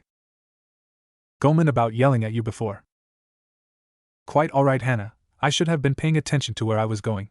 Was completely my fault, he said, putting a reassuring hand on her shoulder. I assume you are walking home since you have groceries. Would you mind if I walked you home? It's the least I could do for bumping into you and delaying you, he offered kindly. I appreciate th gesture, but no need really, my house is right here, she answered, turning her head towards the rather large house with the Inuzuka clan symbol above the doorway they were currently standing in front of. Alright then, well, I delayed you enough I think, so I'll let you get inside. Be safe, Hana, I'll probably see you around. He finished, taking his hand off her shoulder, and began walking. Wait, please. Tell me your name, you left me without one for 2 years. I would like to know it this time, Hana shouted, shrinking slightly at how loud and panicked she sounded. Naruto turned to her, a small smile on his face as he got into a thinking pose with his pointer finger tapping his chin. Well, let me ask you first, what do you think of the demon boy Uzumaki Naruto who disappeared from the village 6 years ago? In a flash after he finished his question, he was being painfully pressed against the gates of the Inuzuka's property by a feral-looking Hana with a kunai pressed against his throat. Her eyes shone in an almost uncontrolled rage, her fangs gritting so tightly you'd think they would have chipped from the pressure. Don't you dare call Naruto that ever again, do you understand me? Naruto is not Kyuubi, he is just a young boy who had the unfortunate fate to house the most powerful Bijuu no to exist. He is our savior, not a demon. And I don't care even if you did save me back then. I swear to Kami-sama I will take great pleasure in skinning you alive and feeding you to my nindogs if you call him that again in my presence. Do I make myself clear? She growled out, making her point known by making a small cut across Naruto's neck and mask, drawing a few drops of blood. Wow, she is quite protective of you, Naruto-kun, and if memory serves you've never even met her before that day. She'll be a bit embarrassed once she finds out that she is attacking the very person she is trying to protect, Natsumi said with a chuckle. How you're telling me though now, I'd like to know why she is. You are right, I've never met her before that day, so I don't know how she knows me or why she is acting like this. Though she certainly went up a few pegs in my book of people I like. He thought back with a smile. Okay, Gomen, I didn't know people even still liked him, and even more so since he left. I won't call him a demon again, I promise. Hana looked into the man's purple eyes for any indication he was lying but found none. She slowly released her grip on his flak jacket that held him to the gate, and her kunai before taking a few steps back from Naruto. Hi, well, they are my family, and I will always be loyal to that boy no matter what. So don't go spewing nonsense about him that isn't true, she answered before a shout broke the tension. People are trying to SLEO Hana, it's you, what are you doing out here? A woman in a red kimono shouted after just emerging from the Inuzuka's porch. Oh, and who is the man there? She asked, just noticing Naruto against the gate. Gomen Ka-san, I was just coming back from the vet's with groceries when I bumped into my friend here, Hana said with a flush across her cheeks from embarrassment. Oh well, get you and your friend inside so you can continue talking without waking up the neighbors. I get enough complaints from them about the kennel. I don't need any from my kids too, Tsum said in a stern voice, while eyeing Naruto. Finally, after 2 long years, she is finally talking to men outside of her team. Hopefully this may lead somewhere. She needs the companionship, especially after what Mizuki did to her, she thought as she watched her daughter and young man enter the house. Inuzuka compound. Naruto strolled inside the house of the Inuzukas only to have his sense of smell attacked with the essence of dog. The house, he noticed, was surprisingly large compared to how it looked from the outside, but still held a homely feel to it. From the entrance there was the kitchen to the left, a living room to the right, while going straight led to some stairs leading second floor, presumably the floor containing bedrooms and bathrooms, and if you went past the stairs to the left, it led to, if the sound being any indication, the kennel Tsum mentioned earlier. Naruto couldn't quite dwell on the finer descriptions of the house, because Hana's mother began to push him deeper into the house and into the living room, where a small oak table stood in the middle of the room. Please make yourself at home, mister? Tsum said, leading him to take a seat at the table. Truth be told, I'd like to talk to both of you if you wouldn't mind. There is something I have to ask you, before I introduce myself, Naruto answered, trying to change the subject of introducing himself. Tsum quirked her eyebrow, easily telling the man was apprehensive in name himself. She took his hint and played along, knowing she'd get the answer out of him before he left. Alright, I'll make us some tea then. Naruto let out a soft sigh, thanking God Hana's mother had dropped the question for now anyway. He looked around the room, slowly noting a few things, such as family pictures and the like. He smiled softly, seeing a picture of Hana smiling with her nindog companion, which looked like it was taken after he had saved her. I'm glad she was alright after all, he thought to himself, before Hana's voice knocked him from his current thoughts and into a set of brand new ones when he looked in her direction. Naruto's eyes widened slightly when he saw Hana enter the living room. She had now abandoned her loose-fitting uniform for a snug short-sleeved black t-shirt with "Can't Touch This Alpha Bitch" in white lettering on the front that showed off her rather sizable bust, which he failed to notice from previous meetings, and black shorts stopping halfway down her thighs to give him a very generous view of her long and toned legs. Her hair, which had been prior to then bound in a ponytail, was now freely flowing down to her shoulder blades behind her, with her headband resting nonchalantly just under her collarbone. Wow. He calmed down there, Naruto, and Natsumi teased, but still wow is right, didn't think she was packing that kinda heat under that chunin vest or doctor's uniform, did you? She teased even more. Naruto-kun? Natsumi asked, snickering lightly at the man's lack of attention. I'm just glad I have this mask over my face, and table in front of me, he finally said. All he could now hear was Natsume's full-blown laughter in the back of his mind after his statement. Hi, I doubt she'd be as entertained as I was when you first saw me, if she saw those reactions from you right now, she responded through giggling fits. Did you even hear what I said? Hana asked, her brow twitching slightly at noticing the glazed-over look in his eyes as she talked to him, after she grabbed a seat at the table. Before Naruto registered her question, she noticed an odd scent in the air floating around him. At first she couldn't place it, but it soon clicked, and she was none too happy, even if a slight blush adorned her cheeks and what it meant. What the hell? The bastard is ogling me like a piece of meat.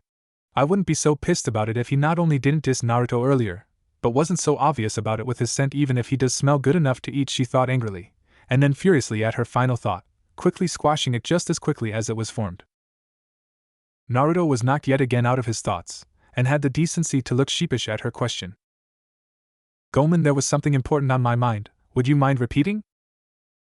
I said just because my Kasan invited you in to not forget what I said outside, she repeated, with a slight vein bulging on her forehead, knowing exactly what important things were just on his mind.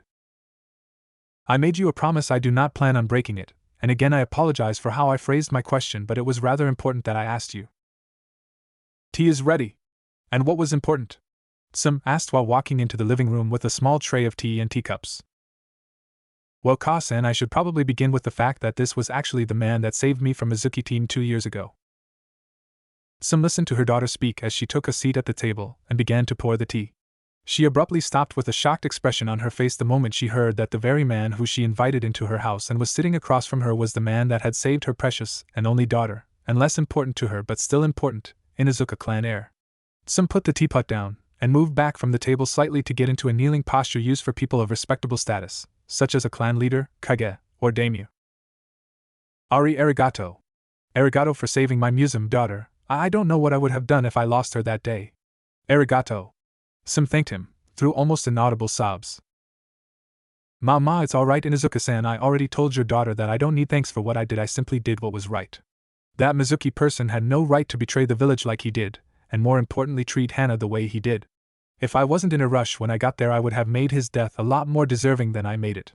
And I'm just glad that Hana got back to her feet. I would have hated to see such a strong and beautiful woman like her sulking over what that asshole did. Naruto said reassuringly, with a slight unseen blush after only realizing what he called Hana. Oh? Seems my hopes weren't unfounded. I won't meddle in my Musum's personal affairs, but that doesn't mean I still can't hope. Some thought after hearing his words, and little slip up. Some got up from her position and rejoined the pair at the table, wiping the last remnants of tears from her cheeks. He thinks I'm beautiful? Hana mentally questioned, while trying to hide her light blush at Naruto's compliments. Still arigato. And please call me Tsum, she finished with a smile towards the purple-eyed man, who the two females could tell was smiling back. Anyway, Kasan, as you know, I never got his name back then, so meeting up with him this morning out of the blue I asked again, but he just answered my question with another question. What do you think of the demon boy Uzumaki Naruto who disappeared from the village 6 years ago? Hana quoted, going back to her story after feeling her blush leave her cheeks. The very moment Hana finished reiterating Naruto's question, Tsum's appreciation for the man disappeared, and was replaced with a growling Inuzuka clan head staring back at him. Naruto was quick to apologize for his snafu, hoping the older woman would take it to heart. After a long minute of nothing but light growls from the matriarch, she returned to a neutral stance with the man. I had the same reaction, just a little more physical, which was probably the noise you heard outside. However, before you had come out, I was able to answer his question, but he never answered mine. Both Inuzukas looked expectantly at Naruto once Hana finished, causing Naruto to sweat drop.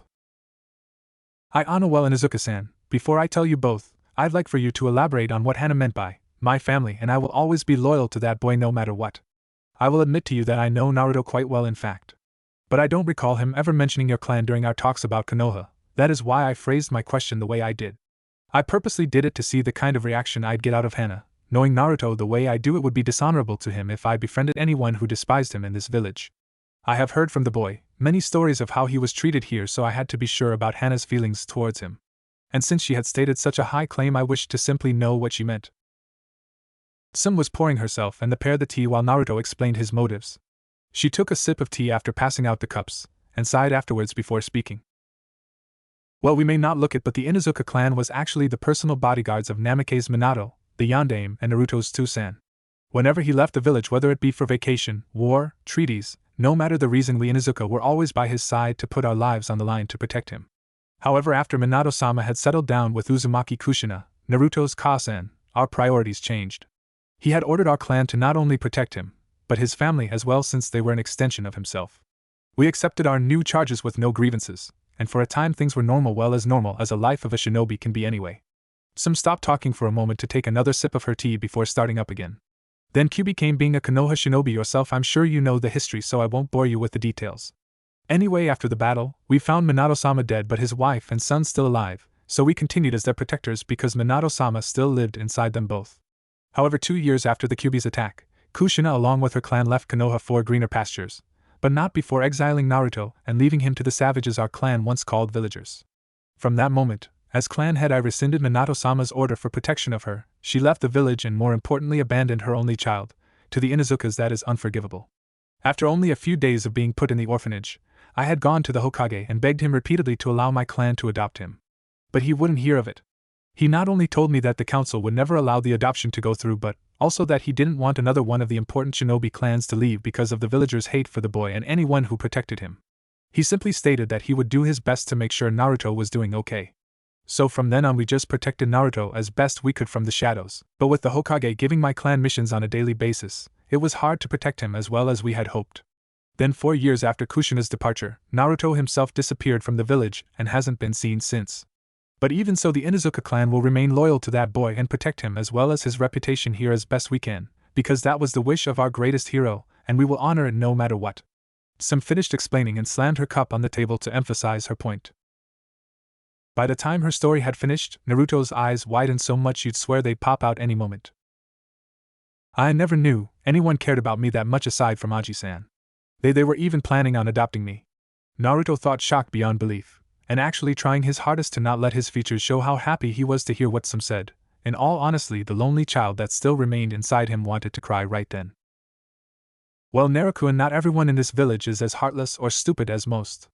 I mean, statistically speaking, there had to be at least a few dozen people in this large village that either have no problem with you or even believe you are a savior for your sacrifice. I guess you just met the clan that is at the top of this list, Natsumi said in a warm tone, sending Naruto a mental picture of her giving him a loving embrace, since she couldn't really do it at the moment.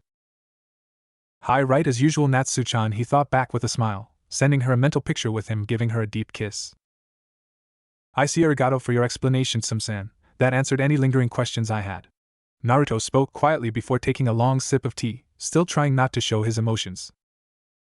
A quick silence rose in the room, the sounds of sipping the only break from it.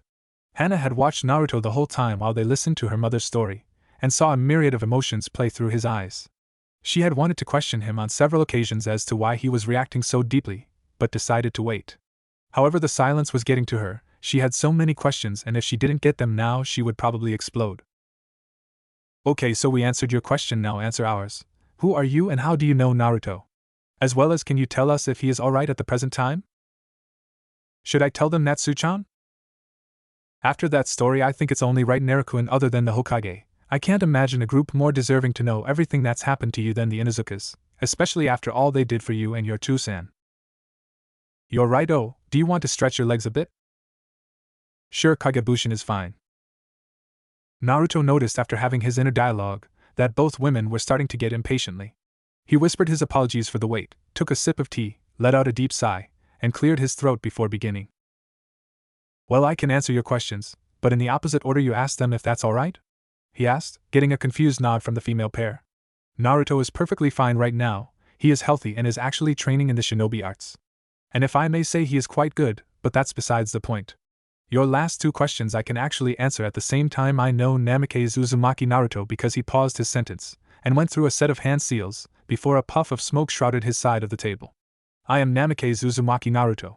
He finished, as the last of the smoke disappeared, leaving Naruto in his true form, and Natsumi next to him, while both Inuzuka women gawked at who they were looking at. What the hell is this? You aren't Naruto, you look nothing like him! Sam shouted, jumping from the table into a defensive stance, her Nindog coming out of nowhere to her side ready to fight. Hana herself was simply too shocked at the person sitting in front of her to even move at first, but then came to her senses and jumped towards her mother. Please wait. I really am Naruto, just give me a minute to explain. I can prove I'm him. he pleaded. Hana just stared at the demonic-looking man, searching his eyes for any inclination of deceit. She just stared into his purple orbs, almost hypnotized by them. As she stared, something in the pit of her stomach pulled on her brain. She wasn't sure why, but it was simply telling her to trust what he is telling them, and ever since Mizuki's betrayal, following her gut instinct has gotten her out of a lot of situations that could have cost her life. After a moment of inner debate, she released her stance and stood upright, letting out a soft sigh. Ka-san, I believe him. Sim only took a split second to look in her daughter's eyes, and knew that it was her gut that told her to believe him. She took a long, angry look at Naruto, before releasing a heavy sigh and standing from her stance as well.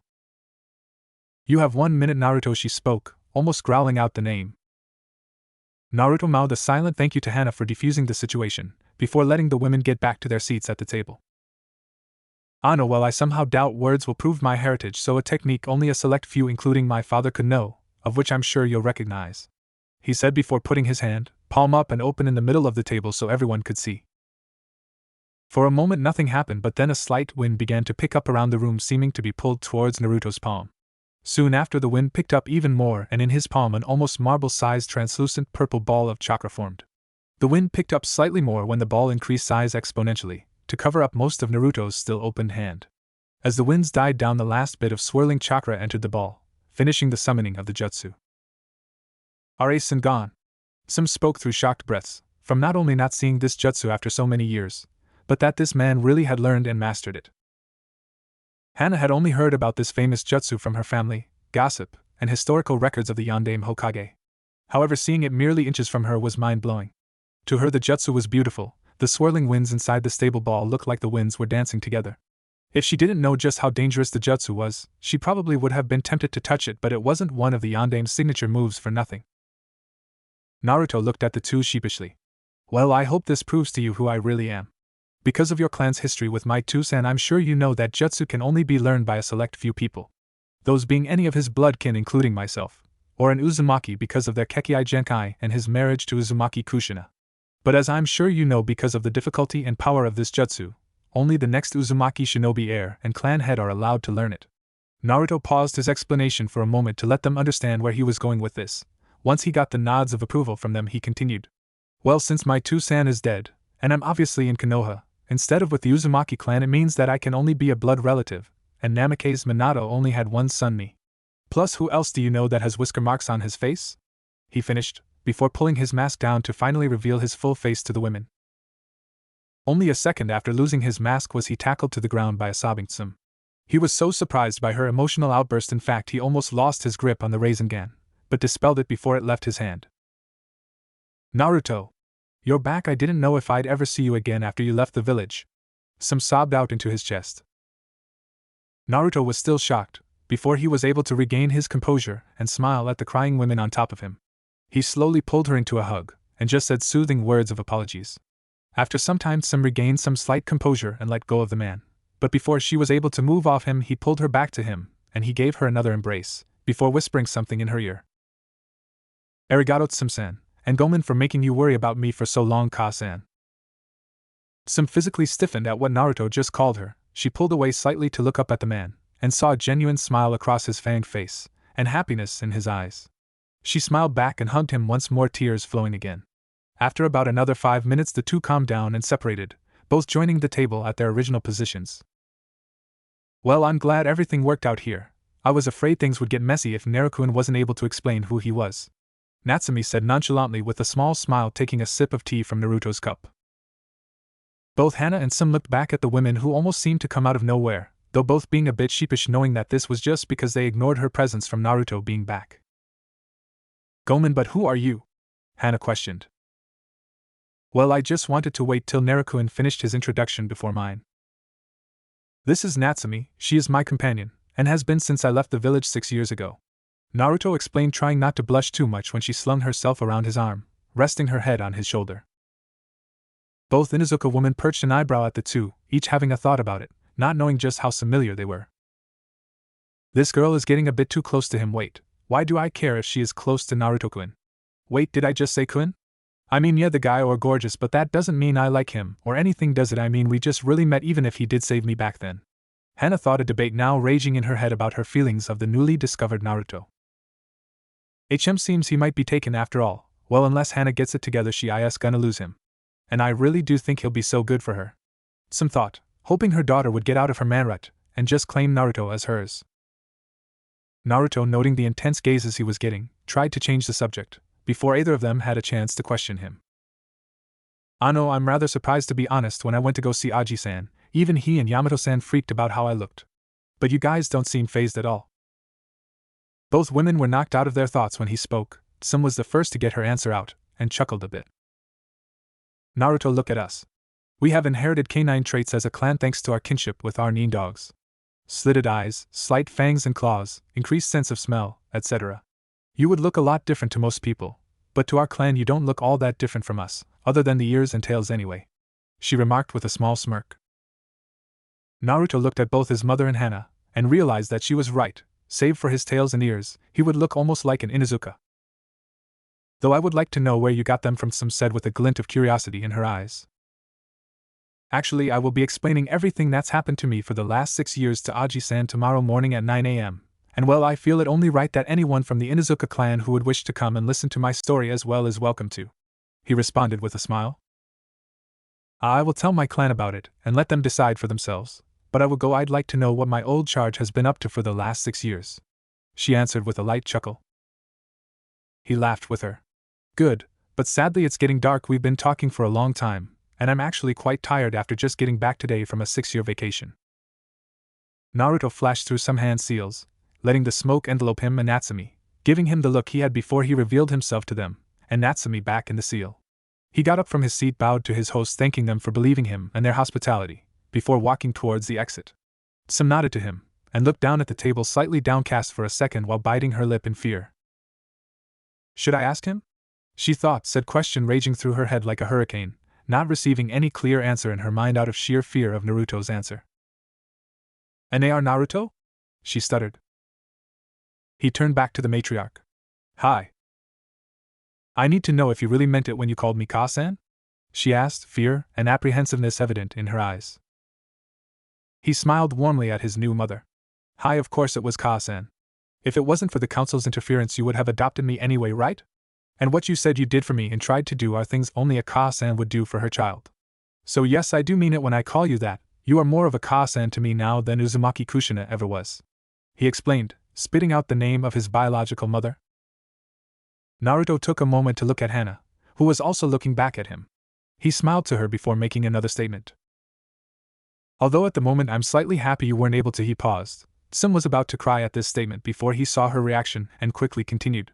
"Ano, well, because it would be rather awkward to ask if my sister would want to grab dinner with me after visiting Aji-san tomorrow. Gomen, I thought about maybe asking later, but since I was left with an opportunity to ask now, I just took my shot," he finished with a noticeable blush and a large nervous smile that made his eyes close as he scratched the back of his head.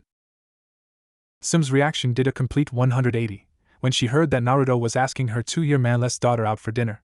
She tried to hide her smile, but a small one pulled at her lips as her thoughts were raging on the subject. "Hana, say yes, damn it.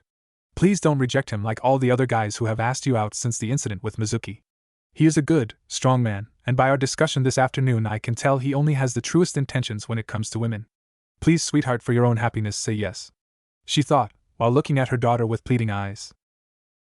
Hana, on the other hand, was rather floored at Naruto's statement. That was actually the last thing she was expecting to hear from him, especially after how close Natsumi and he seemed to be. A blush just as noticeable as Naruto's graced her own cheeks now as she held an inner debate.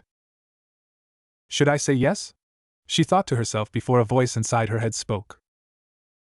"You should," Hana, her conscience answered. "But what if he is like all the other guys that have asked me out after Mizuki? You know they were only after one thing. I mean, he was ogling me the moment I came down after I changed." "That is true, but if you noticed, he was quite nervous about asking you to dinner. I mean, he is still blushing. Guys only trolling for a quick romp act confident the whole time, because even if you say no they will just go to the next girl in line." "That's true, but what if?" "And oh buts, woman," her conscience harshly interrupted her. "Hana, Naruto is a good man, a bit strange, but he is a strong, kind person, and will treat you right if you let him in your heart. After the talk at the table you know he wouldn't dare harm someone who lets him close to them, or he lets close to himself. Hana, you need to get past what happened with Mizuki team, and try to find happiness, and I believe Naruto is the man that can give you the greatest happiness you'll ever know." Plus, you know he has the hots for you already after his reaction to what you came into the living room wearing. I mean, any guy, unless they were gay, would have had the same reaction when you came in wearing that. You can't very well blame him for being sexually attracted to you. And more importantly, I already know you find him, how did you put it before, good enough to eat. I saw your thoughts about him when he fully dropped his henge too. I don't recall you ever trying those positions you had Naruto starring in, even with your longest boyfriend Mizuki, as much as I loathe to mention him again. Just give the hunk a chance. Her conscience finished in a teasing voice. Hana had the decency to humph, but also heavily blush while she thought about what her conscience said, and after a few moments decided that after all that's happened it was right. After all, Naruto had protected her from Mizuki with his life, not even knowing her, so just imagine how he would treat someone that he is close with. Okay, she concluded, agreed. Hi Naruto-kun, I'd love to have dinner with you tomorrow. She finally answered with a warm smile. Hey, alright then, he said, just barely holding in his happiness that she said yes. If you aren't at the meeting, I'll pick you up here at 7 p.m., okay? He waited to let her nod affirmative before continuing. Okay, well, I'll be off then. I'll see you tomorrow, Ka-san, Hana-chan, he said with a wide smiling before leaving the Inuzuka compound. Hana blushed at the chan suffix he added before leaving. She got up from the table and headed towards the stairs in her room, before being delayed by her mother. Hana, I'm glad you agreed. It's about time you got a good man in your life after that last one. And I'm definitely sure that Naruto is a good man, and if things happen to get serious later on, I'm just as sure that he will make you very happy. Hana just smiled happily with a full blush reddening her cheeks before nodding and continuing up the stairs. Not even one day back, and he's already turned this house upside down. He had me crying my eyes out from everything, me crying. Not only that, but he also melted my daughter's frozen heart, and is making her blush so red it could make a tomato jealous. That man is something else. I'm really happy for you, my museum. Sim thought as she shook her head with a smile, while heading into the kitchen to make dinner. Namike's mansion. Naruto just entered his father's house and immediately went to one of the many bedrooms, after deactivating the blood seals surrounding the mansion. He quickly dropped his henge, and summoned an unhinged Natsumi, who without a step launched herself at him, grabbing him in a deep kiss. Well, that was a rather interesting first day back now, wasn't it, Naruto-kun? She spoke with her arms around his neck, and his around her waist. Sure was, Natsu-chan, and I'm just glad it all worked out in the end too, especially during my discussion with Hana-chan and Ka-san. I still can't believe they cared about me so much, and I didn't have a clue about it, he answered, pulling her so there was no space between their bodies any longer. Well, I'm just glad there are people still loyal to the Yandame's wish after so long, she retorted, before leaning up and giving him a short kiss, while caressing his whisker marks with her thumb, causing him to take in a sharp breath and physically quiver from the touch. Forgot just how sensitive your whiskers were. Normally I'd take full advantage of the situation, but I can tell you are rather exhausted after today, so I'll make a rain check for later, any my Foxy-sama? She cooed in a seductive voice, before softly sucking on, and moaning against his bottom lip to emphasize her intentions, causing him to quiver even more from her touch. Naruto's eyes closed at the feeling, a small groan escaping his throat, but before he could enjoy it more she stopped. He opened his eyes from the lack of contact to see her on the bed in a submissive but sexy lying back position with her four tails spread across the bed, garbed in only a see-through red nightgown that didn't leave much to the imagination, with a coy smirk. Kami-sama, I'm just glad she is wearing something underneath that, he thought, noticing her bra and panties while a drip of blood fell down his nose. I heard that, Foxy-sama, she mentally cooed back to him, while her smirk only growing wider. And Gomen, but that rain check includes little Foxy-sama too, she ordered while pointing at the increasing bulge in his pants. I'm going to get you back for being so evil, you know that, right? He questioned with a mischievous smile, while undressing himself. And I still don't know how you changed so damn fast. He chuckled, shaking his head playfully, now clad only in his boxer briefs and black t-shirt. Trade secret, Naruto-kun, she said with a pompous smirk. Plus, why shouldn't I be evil, when I so love it when you tried to get me back, any Foxy-sama? She finished with the tip of her finger barely in her mouth, with a coy and sexy expression on her face. Naruto just shook his head at her antics and got into the bed with her. They quickly wrapped themselves up in each other, with their tails wrapped up too, acting as a soft, furry blanket, before kissing each other deeply. Night, my Shinku Kisaki, Crimson Queen. Night, my Foxy-sama. They both fell into a deep, peaceful sleep, wishing that morning wouldn't come too soon. Morning, Hokage's office. It was almost 9 a.m. inside the Hokage's office, where Yamato and Sarutobi sat patiently waiting for Naruto, when the door to the Hokage's office opened. Ah, Naruto-san, Hana-san. What are you two doing here? I know neither of you have any for missions today. And I don't wish to be rude, but I have an important meeting in a few moments, and can't be disturbed. I hope you understand and can wait until I'm finished to talk with me," Sarutobi said, trying his best to not sound rude to the matriarch, and clan heir to one of the best tracking clans that Konoha has to offer. "Well, actually that's why we are here, Hokage-sama. Naruto invited us to this meeting last night as well. He can verify it if you wish," Some responded, bowing in apology. "No, it's fine, just wish he had told me about inviting others. I was only aware of myself and Yamato-san to be present when he told me. But if you know when this meeting was to occur and at whose request, then there is no need to prove anything," he responded, waving his hand dismissively. "Arigato, Hokage-sama," she answered, now walking deeper into the room with Hana in tow. A moment later the clock in the room began to chime, showing it to be 9 a.m. on the dot. As soon as the clock stopped, a voice entered the room, easily recognized by all the occupants. "Oh hail, good morning, I hope everyone slept well last night." Naruto's sing-song voice rang out in front of the closed door. Everyone turned to see Naruto and Natsume in their true forms, wearing their unique orange/black, red/black style shinobi clothing. "Hi," the group seemed to chorus out in unison. "Good, well, since this is a rather long story, I suggest we all grab a seat," he offered, walking towards the Inuzuka pair with a large feigned smile, with Natsume close behind. He and Natsume walked past the pair, but not before he whispered something into each of their ears. "Guess only Hana-chan, and you could make it any Ka-san?" he asked, only getting a nod and soft smile in return. "I'm really happy you could make it, Hana-chan," he said with a wink after turning to her from Sim, causing her to slightly blush. Naruto and Natsume took their seats, as the Inuzukas took some on the couch in the corner of the room. Once everyone got comfortable, all eyes were on Naruto, who coughed forcefully. "Well, I'm sure you guys already know why you are here," so he paused his sentence, before forming a set of hand seals as a purple aura flashed throughout the room. "Anapu, Oto Fujin Shihiki no Jutsu, Demon Art, Sound Silencing Barrier Technique, now I can start," he finished with smile before beginning the story of the past 6 years. Naruto's age 6. Naruto's mental age 6. Konoha Forest, 6 years ago. In a clearing of a forest at the border of Fire Country, a red transparent flame erupted and dissipated just as suddenly, leaving a small blonde boy in an orange jumpsuit gasping for air in its wake. "Take deep breaths," Naruto Kyuubi instructed.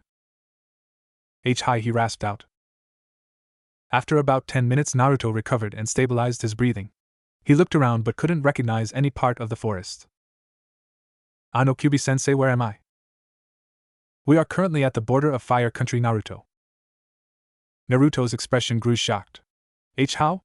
We were just a few miles away from Konoha a few minutes ago." "Remember I told you I can influence you mentally or physically anytime I please? Well, I used one of my jutsus to get us here. As for why we are here, it's for training. You are still protected in the Land of Fire, but I don't want any interruptions with your training either, hence why we are at the border. There shouldn't be anyone from Konoha around here for a few months to look for you, and by then we will be gone." Naruto nodded in understanding, before sitting crossing his legs and waiting patiently for his new sensei to begin the lesson. "Before we begin, you need to first learn the academic points of being a shinobi before you can even learn how to wield the powers of one. I will warn you, since as a child you may bored easily, that you will have to pay attention for hours at a time on lectures before I actually begin to teach you jutsus. Do you understand, Naruto?" Naruto frowned at the prospect and sighed in defeat. "Hi, Kyuubi-sensei." "Good, now try to find a nice spot to rest. I want you to get some sleep. You've had a trying day, and tomorrow you begin your training," Kyuubi instructed. Naruto nodded, and get his backpack to begin looking for a suitable spot in the lush forest. After looking for some time, he finally found one that would suit his needs perfectly. It was a little enclave inside a trunk of a rather large tree. It supported him while he slept, and kept him fairly hidden from people, predators, or nature itself. Once he finished unpacking, he nestled himself into the tree and fell asleep soon after. Mindscape. Naruto woke up to a familiar sound on water dripping into a large body of water. He opened his eyes to find himself in his mindscape once more. He wasn't frightened this time, however a look of confusion was on his face this time. He followed the pipes once more to get to Kyuubi's cage, finding the large fox waiting for him. "Welcome back, Naruto." Naruto's logic kicked in and quickly bowed to the fox, before standing back upright and moving closer to the golden bars. "Why am I here, Kyuubi-sensei?" "Because I wanted to speed up the process of training you," Kyuubi responded before closing its eyes, and a wave of red flashed throughout the area. "I just activated my Hidetoki Hyamura no Jutsu, time quickening technique, inside your mind. As the name suggests, it actually quickens the time in your mind. Or if you want to go another route, makes it seem as though time slows down in the real world. The advantage to this is that now I can teach you twice as much in your head I ever could have outside of it. A side effect, however, is that because it is literally your mind speeding up, your mental age will also grow faster. Naruto was rather confused. He was only 6 after all. The idea of 2 different sets of time was confusing to say the least, quite apparent by his deer-in-headlights facial expression. Kyuubi could only chuckle at the boy, before it continued.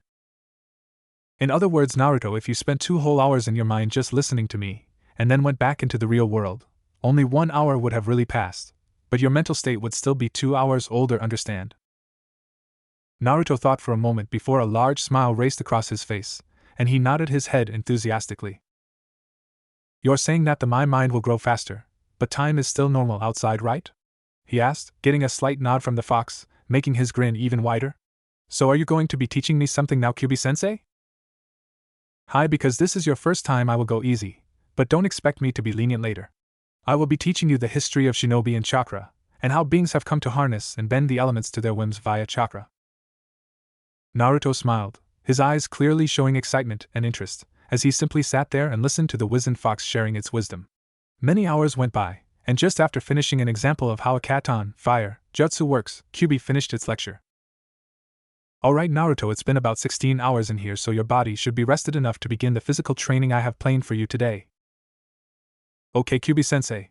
I'll be leaving then. That session was cool. I didn't think that shinobi were so fancy. Naruto joked with a smile before bowing to his sensei and phased out of his mind. Real world. Even though he believed Kyuubi, it was still hard to believe that only 8 hours had passed in this time. He enjoyed the sounds of the forest just waking up with him. It made him rather happy and calm. Naruto, grab some breakfast from your backpack, stretch, and then we'll begin your physical training. Naruto did as he was told and got a box of cereal he had packed. After eating, he stretched out his body as best he thought it should be before giving Kyuubi the go-ahead. Alright, now that you are done, we can start. Just so you know what you are getting into, by the time you go to sleep tonight, I want you to have completed 200 push-up, 200 sit-ups, 200 log kicks, 200 log punches, 200 chin-ups, as well as run 5 miles. You may think this is a lot for your first day, but if you forgot, I am here, plus this is important fitness for a shinobi's physical abilities. You need to be able to both give and take blows. This training will help you cool with the physical pain of fighting. I suggest you get started on your running. Without my chakra, your endurance is quite lacking right now. Naruto was rather blown away at his new regimen, but was still excited to begin his life as a shinobi. He did as the Kyuubi suggested and started off on running, and finished it but later than he would have liked. He then started on the rest of his workout, letting the hours pass by as he bled and sweated while finishing his tasks. Eventually he finished them, and grabbed a quick ramen cup for his dinner, though it took him a while to build a good enough fire to heat the water he had found in a steam well enough to soften the noodles. After dinner he put out the fire and went back to the tree to get some rest. Mindscape. Naruto heard the usual drips and simply got up and followed the pipes once more. He reached the cage and bowed respectfully before taking a seat on the floor. Did you finish the physical training I gave you today? Kyuubi asked in a bored tone, getting a nod from its student. Very well, I would continue where I left off yesterday, but I'm not a school teacher, so I'm going to skip all of the filler information about chakra and its history, since I gave you the most important points last night. Today I will teach you about controlling chakra to do things like enhance your physical performances, such as running, jumping, etc. You will learn the many ways chakra can help you in most things that you do every day. By the end, I expect you to attempt and accomplish some of the easier exercises. Be warned, Naruto, that what you do accomplish physically here will not be transmitted to your body. So when you wake up, you will mentally remember what to do, but your body will have to relearn how to do it. Learning anything physical in your mind just allows you to learn it faster in real time because you already know what you need to do, you just need to reapply it to your physical body. Naruto was a bit annoyed that he'd have to reteach himself out of his mind every physical thing he learned. But he still couldn't help but be excited that he was actually learning to use chakra.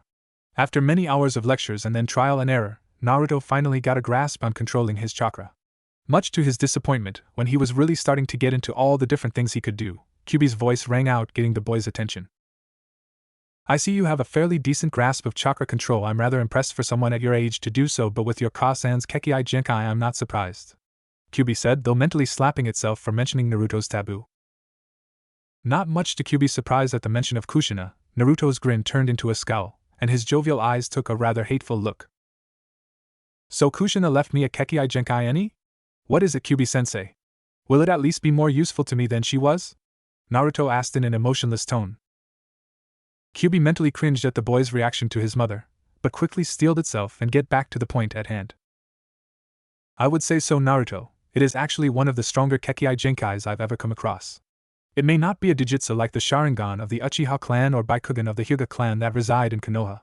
But in sheer ingenuity, raw power, and nearly limitless applications, I doubt anything could match it. Sadly though, because it doesn't have a physical outward manifestation, the Uzumaki clan never had any reason for naming it. However, I did learn what it entailed before I was sealed. For all intensive purposes, it's a chakra multiplier. Their Kekkei Genkai bestows upon them literally 4 times the chakra reserves of normal people. The best example I can give you is yourself actually. After you were born, but prior to my sealing in you, you already had the chakra reserves of a mid-level genin, which for being a newborn baby is amazing to most people. But this is commonplace for Uzumaki babies. Of course, after my sealing in you, your personal reserves shot through the roof because of our fusing chakra. So I'd estimate that after I was sealed in you and the fusion started, your reserves jumped to mid-chunin level before you were even 1 year old. But getting back to their abilities, because of this large chakra capacity, they were able to learn harder level jutsu sooner than most shinobi of the same age or rank, easily reaching higher shinobi ranks at younger ages. And after a time, they had actually decided to make their own jutsu style named after themselves. They took versions of the most known jutsus in Fire Country and hybridized them with their Kekkei Genkai. These jutsus, although very similar in both hand seals and performance to use them compared to their original counterparts, were in a league of their own when it came to their results in the field. Truth be told, it was the Uzumaki clan and their personalized jutsus that had forced me back into the forest where I fought with your Tusan. That is the gist of one of your Kekkei Genkais, Naruto, and with the training I'll be giving you, you'll be thanking the high heavens for it. Naruto absorbed the entire topic like a sponge, and although he hated his mother and her clan for what they did, he could not deny the Uzumaki blood that ran through his veins and the advantages their Kekkei Genkai gave him no matter how much he wished it. Knowing that sulking would do nothing to alleviate his feelings towards them, he grew intent on learning anything he could about their abilities and making them his own. Arigato, Kyubi-sensei. I'm sure my Kekkei Genkai will help during my training as well as afterwards, he said, bowing. Also, what did you mean by just one of my Kekkei Genkais? Do I have more? It's fine, you deserve to know what is inside of you, whether it be me or something else. I will not keep that from you if you ask. As for your question, you have another Kekkei Genkai, and a third one that is my own. The second one is your Tusan's actually. This one as well doesn't have a name because, as with the Uzumakis, it has no outward manifestation.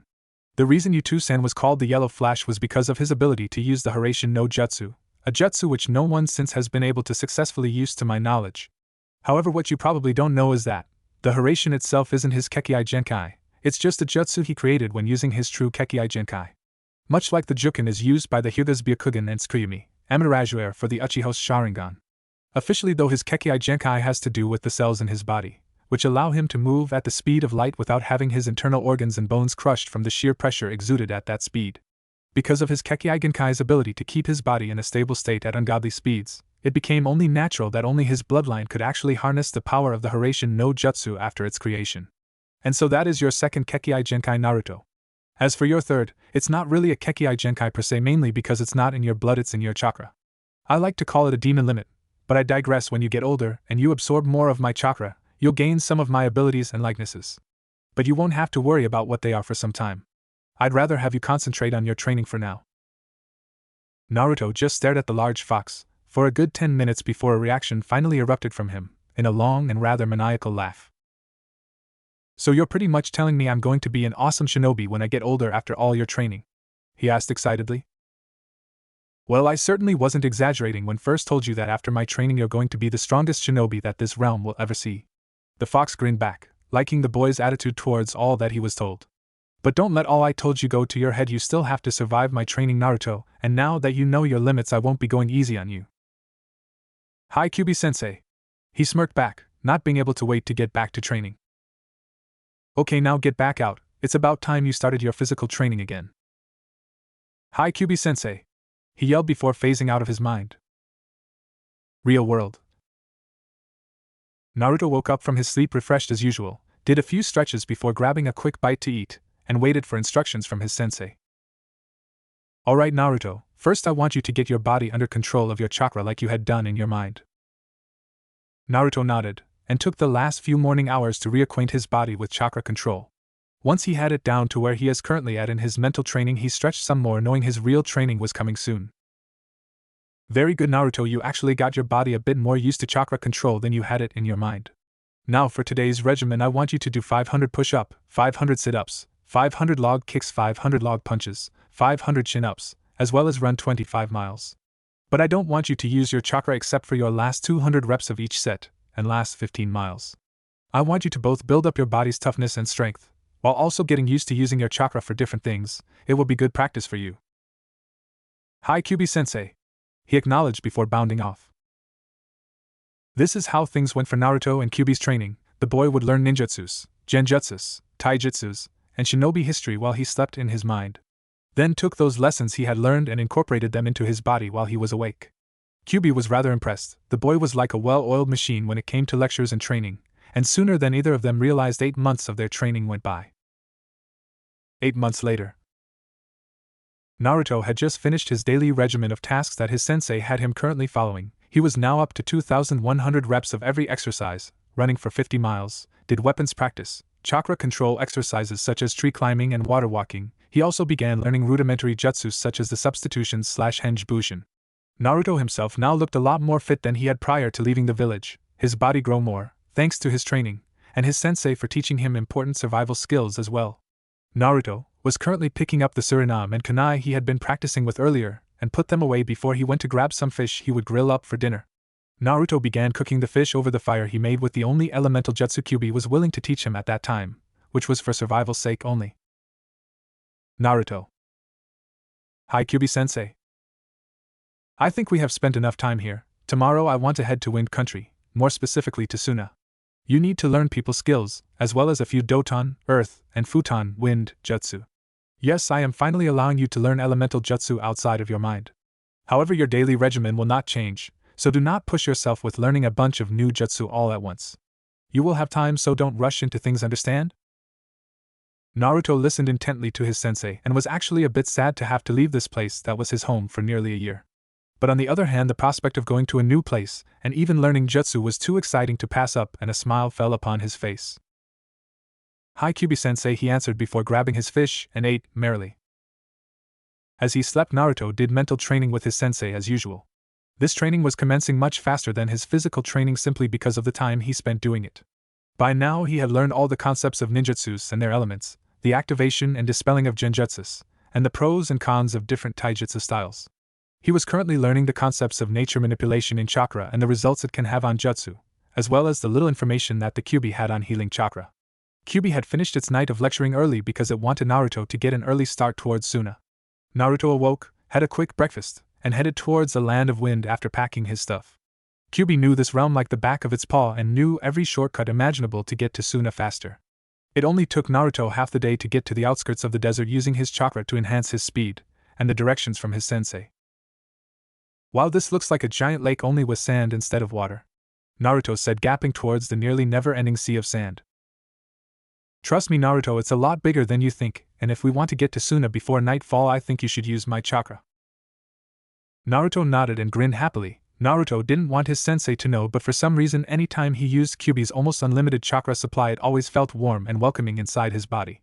He didn't know why it was like that. His own chakra felt cool and calming, but the red chakra he could honestly say he enjoyed using simply because of the feelings it gave him.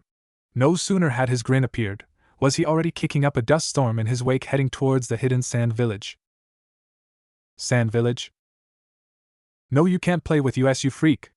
A young boy screamed at another young child with dark red hair. But why not? You guys need another person, right? The redhead spoke, confused on what the problem was. We do, but we don't want you to be it, so why don't you just leave? Another boy shouted, before grabbing a pebble and launching it at the redhead, hitting him in the face. The little redhead was rather scared when he saw the group of boys move towards him. Sure, he hadn't actually done anything to them, hell, all he asked was to play with them. But that still didn't stop something in his subconscious from snapping. The boy grabbed his head in pain and began to groan, slightly falling to one knee, before the sand on the ground around his feet began to shift around almost like it was alive. The sand picked up faster, and then out of nowhere a large missile of sand shot out at the boy who threw the rock. The sand was almost to its target before a voice called out, halting its attack, falling to the ground immediately. Hey! What are you guys doing to that poor kid? You know it isn't nice to pick on others. The voice rang out. What's it to you? You must not live here if you don't know this kid is just some freak, the pebble-throwing boy retorted snidely. The mysterious boy disappeared soon after the sentence was said before all 7 boys who were bullying the redhead toppled over in pain, bruises appearing on their bodies. They looked back at the mysterious boy, fear evident in their faces before they all ran home in fear and pain. Hey kid, you okay? He called out to the redhead, whom looked up to see bright blonde hair and a pair of blue eyes staring at him. The redhead was still scared though, and when the blonde leant his hand down to help him up, the sand from before clamped down on the hand and crushed it with a sickening crunch. The blonde cringed and slightly cried out in pain, as the sand slunk away showing a now bloodied stump. The blonde stood up and closed his eyes in concentration before red chakra encompassed his hand, repairing the crushed bones and ripped skin. Once his hand was better, the blonde tested it out, and nodded in satisfaction on its recovery before looking back towards the redhead, who was just staring at him in pure shock and fear. Hey, you mind not doing that again, it really hurt, he blonde said with a smile on his face before extending his hand once more to the boy. Slowly but surely the redhead got courage enough to grab the boy's hand and was helped to his feet. Naruto smiled while still shaking the boy's hand. My name is Kazama Erasure, I just came here from Konoha. What's your name? The redhead was rather taken aback from Naruto's behavior. No one had ever stayed around him for more than 5 minutes. Especially if they lived in this village, and even more especially if they saw the weird sand thing he did. Not even he knew what it was or why it happened. However, something inside the boy told him to try to be friends with this weird blonde-haired boy. And he did just that, finally beginning to put in an effort to shake. I'm Sabaku no Gara, the redhead said, still apprehensive about talking too much to the boy. Gara, eh? Cool name. Gara, surprising himself, actually had the nerve to smile at the boy's simple adjective towards his name. They soon returned to their normal stances and went to a swing set that was nearby. A quiet atmosphere hung around the two as they swung. After some time, Naruto couldn't take the silence and spoke. So Gara, why were those kids picking on you? Gara physically stiffened at the mention of the other kids, but relaxed after remembering what Naruto had done to them. He held a downcast expression. I don't really know, they keep calling me a demon, or freak, I'm not sure why. It might have to do with that sand thing that attacked you. Or they hate me because I'm the Kazekage's son and not them. Naruto frowned at his answer. Before smiling, I see, well, other than crushing my hand, I think that sand thing is pretty cool. And you must be pretty strong if you are the son of the leader of the village, right? I guess. I haven't really thought about it. I'm usually worried about people yelling or throwing things at me. Wow, he is really similar to me, Naruto thought offhandedly. Gomen, I know how you feel though. Naruto paused before sighing. Back in my village, people didn't like me either, also for things I can't control. He finished, leaving what he meant hanging in the air. Gara looked up from the ground towards the blonde boy, wondering what happened, and voiced his curiosity. What things couldn't you control? Was it something like my sand? He grinned. Remember that red chakra? Well, people saw that and didn't think it was natural either, so they called me names and tried to hurt me too. I think we are actually pretty similar, you and I. After a few moments, Gara let out a small smile. Hi, perhaps we are Erasure. Their conversation continued on for several hours while getting to know one another, with Naruto even getting a few laughs out of the usually negative redhead. However, Naruto soon noticed how late it was getting and decided to try to find a hotel. However, Gara had other plans, and invited the blonde to his family's mansion to spend the night after learning of the boy's plight. After a good 10 minutes of arguing, Naruto finally gave in, and they were off to Gara's home. During the walk, Naruto and Kyuubi had a conversation between themselves.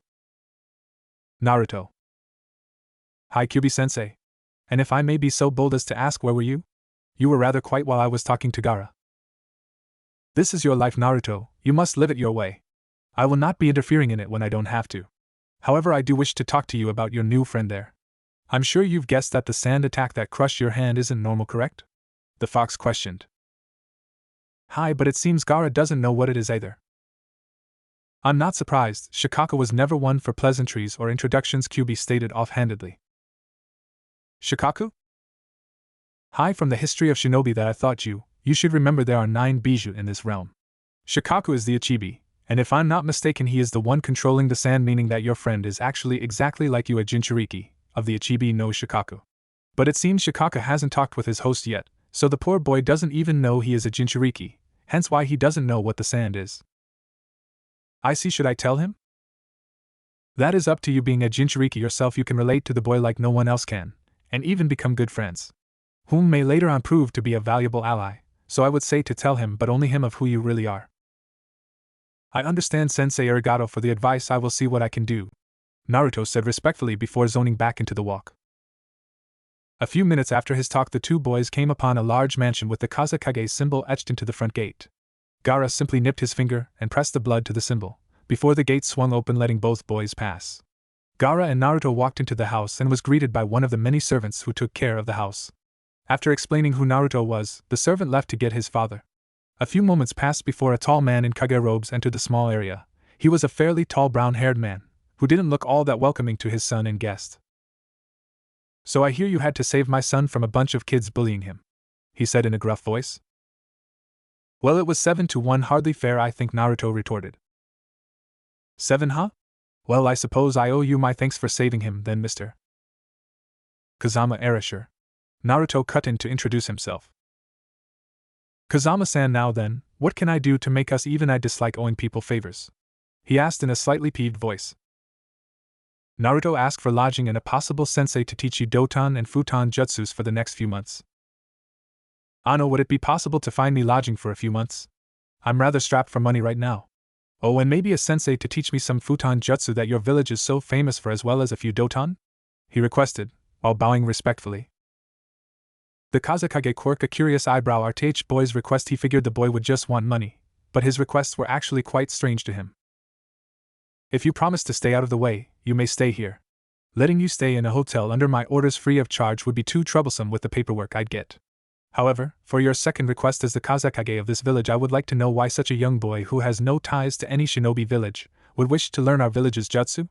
He now asked suspiciously. Arigato Kazekage-sama for the hospitality. I promise to not get in your way while here.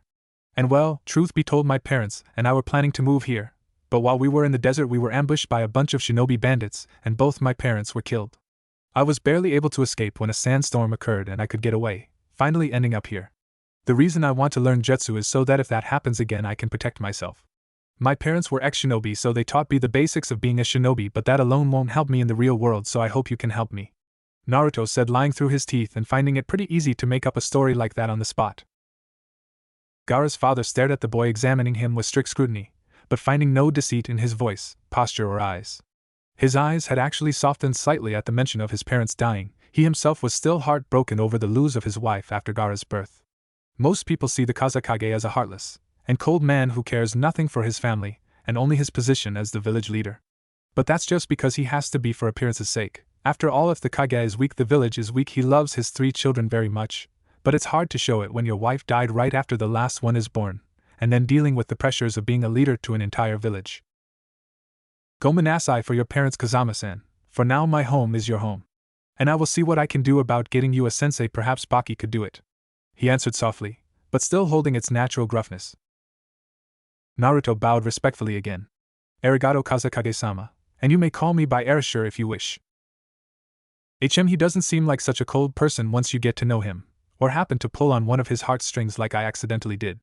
Naruto, though, with a light-hearted inner chuckle. You are probably tired. Gaara, show Arashi-san here to one of the guest rooms. And also introduce him to your Oniai-san, older brother, and Wani-san, older sister, he ordered before leaving towards a room which looked like an office. Both Gaara and Naruto bowed to the Kage as he left for his office. Gaara then had Naruto follow him through the halls of the mansion. Soon enough they were at a door, obviously for children, with the colors being much different than the rest of the house. Gaara slid open the door and walked inside with Naruto close behind. The room was surprisingly bright compared to the rest of the house, obviously for the children's sakes. Gaara led Naruto farther into the room, and into a side room where 2 children were playing. A boy with brown hair playing with a train set, and a girl with blonde hair much like Naruto's playing with a doll. Kankuro, Temari, Gaara called out. Both children slightly stiffened at the voice's owner before looking at him, though soon noticing Naruto's presence close behind, gaining slightly shocked expressions. Gaara never brought people home. Jie Gaara, Temari said in a slight shout. Gaara noticed the looks he was getting and was getting slightly apprehensive about the whole situation. But before anything was said, his savior finally spoke, saving him the trouble of breaking the silence. Hi. My name is Kazama Erasure. I'm Gaara's friend. Who are you two? He shouted curiously. At both the words the boy spoke and sheer volume he spoke it in, the two just looked even more shocked. I'm Sabaka no Kankuro. Gaara's Oni-san. The boy spoke. I'm Sabaka no Tamari. And I'm Gaara's and Kankuro's Oni-san, the girl finished. Naruto nodded with an almost calculative expression on his face, before a grin spread on it. Cool, Gaara didn't tell me he had a Nii-san and Nei-san. Do you mind if I play with you guys? The two looked rather apprehensive but nodded nonetheless, and showed him a toy chest with Gaara behind him. The children played for nearly an hour, just simply playing with the toys and each other. Not many words were spoken, but in this situation none really needed to be said.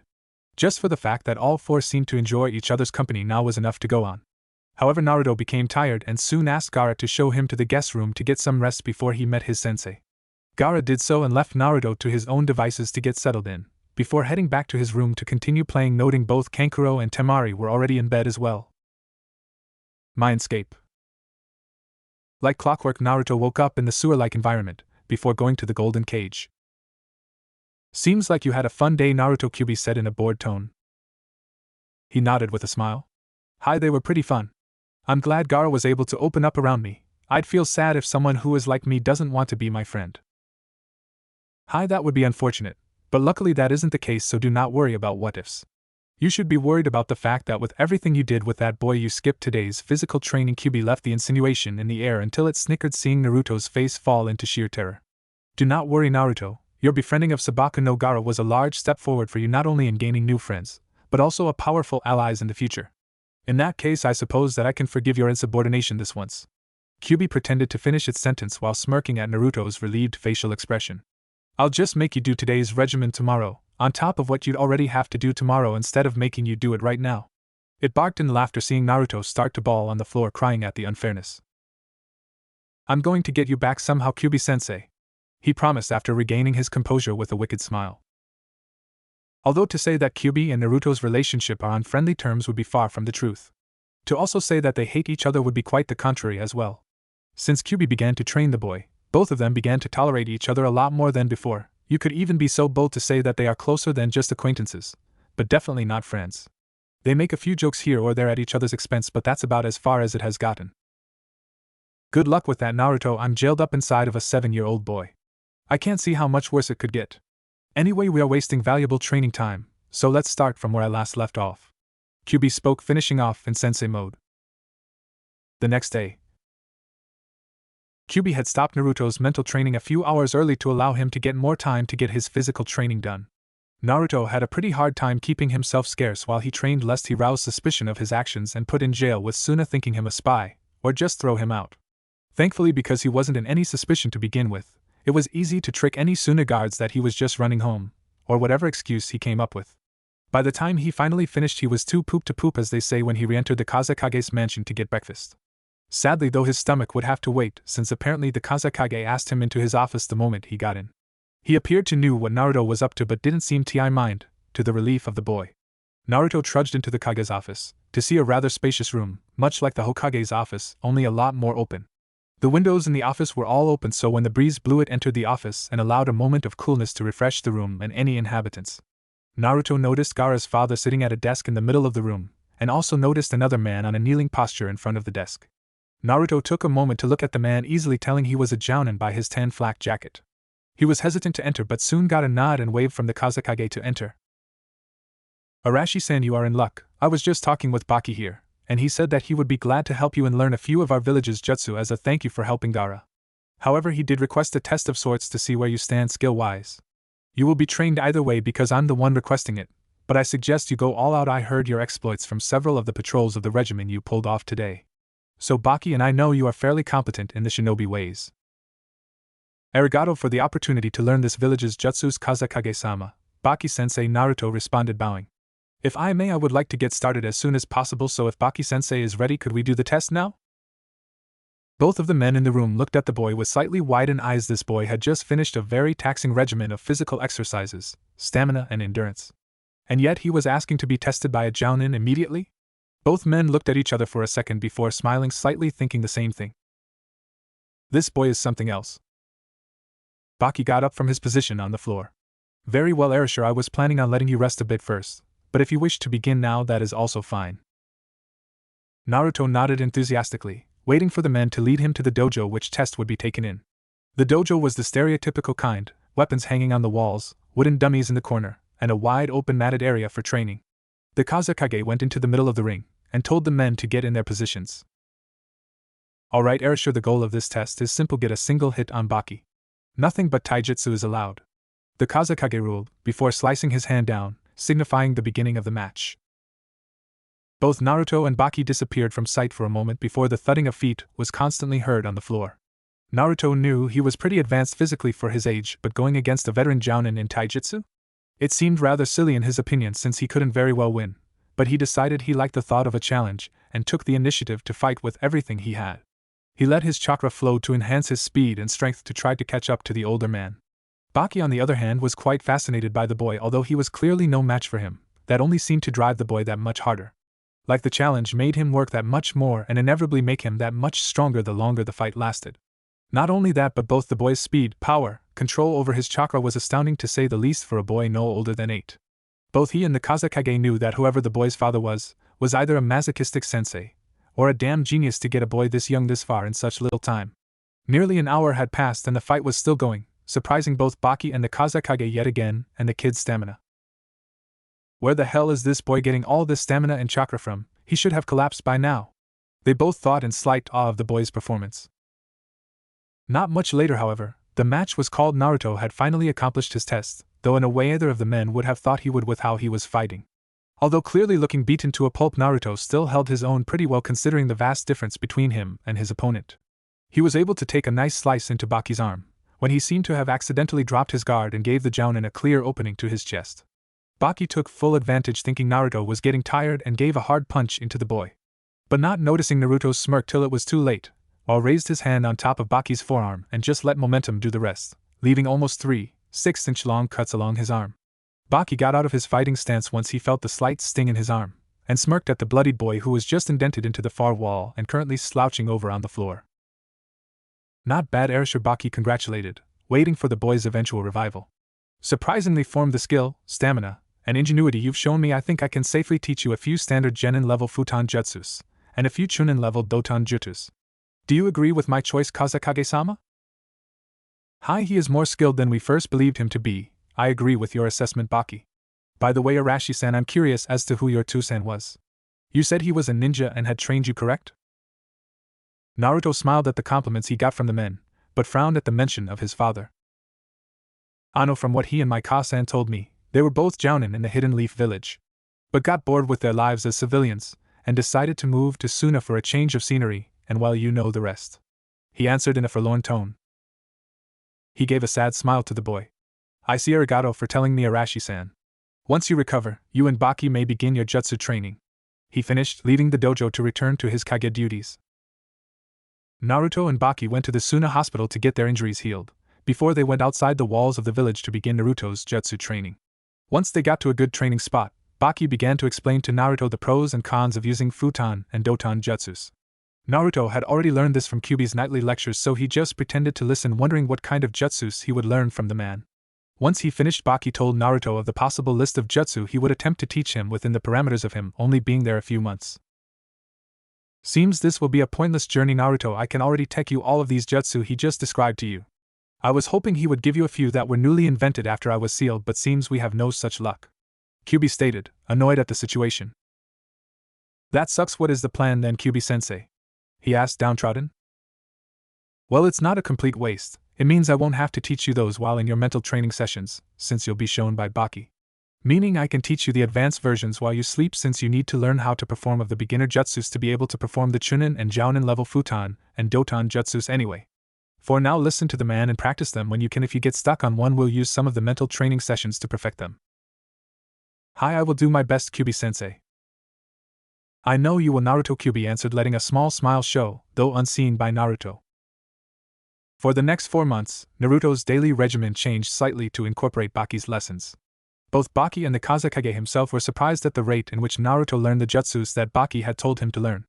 At some point they both began to wonder if Naruto was a ninjutsu prodigy, but quickly dismissed it from Naruto's rather questionable method of learning, never stopping for rest or food until he mastered the jutsu he was on at the time, being the main example. Unknown to Naruto, he was learning them so quickly that Baki had actually run out of elementary futon jutsu to teach him and had to upgrade the skill level he taught to low chunin, The Doton, however, gave Naruto harder trouble even with his mental training sessions to help, so the Doton stayed at mid-Chunin. At some point Baki suspected, but never had a reason to ask, if Naruto actually had wind for his elemental affinity, which would explain his uncanny ability to learn Futon Jutsu so easily, and also why the Doton Jutsus gave him a hard time. In the realm of nature, wind and earth were polar opposites.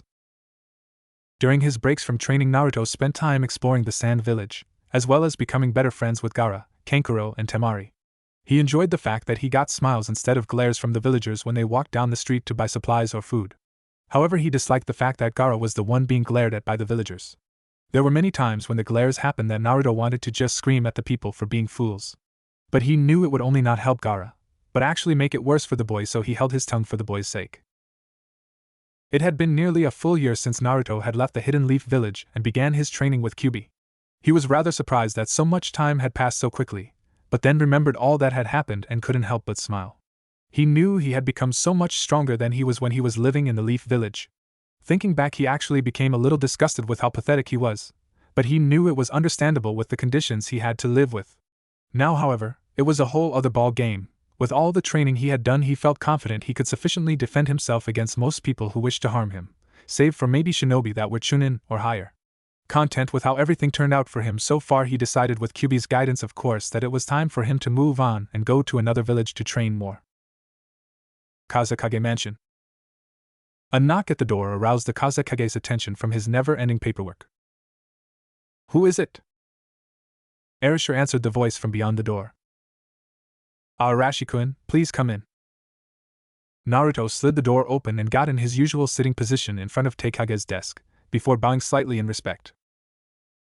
"What brings you to my office tonight, Naruto-kun?" the man asked with a small smile. Though trying to hide it for some time, the Kazekage had actually begun to like the little blonde boy. Naruto was actually more of a positive influence on his children than he was when it came to getting them to try to become shinobi. Seeing Naruto's strength and being younger than them seemed to influence his kids, and before he knew it they had begun asking him to put them into the Shinobi Academy to become shinobi just like Naruto. Funny thing was that any time he tried to do the same, both Kankuro and Temari would scream they never join, with Gaara just nodding in agreement. But now they would scream if refused their admittance.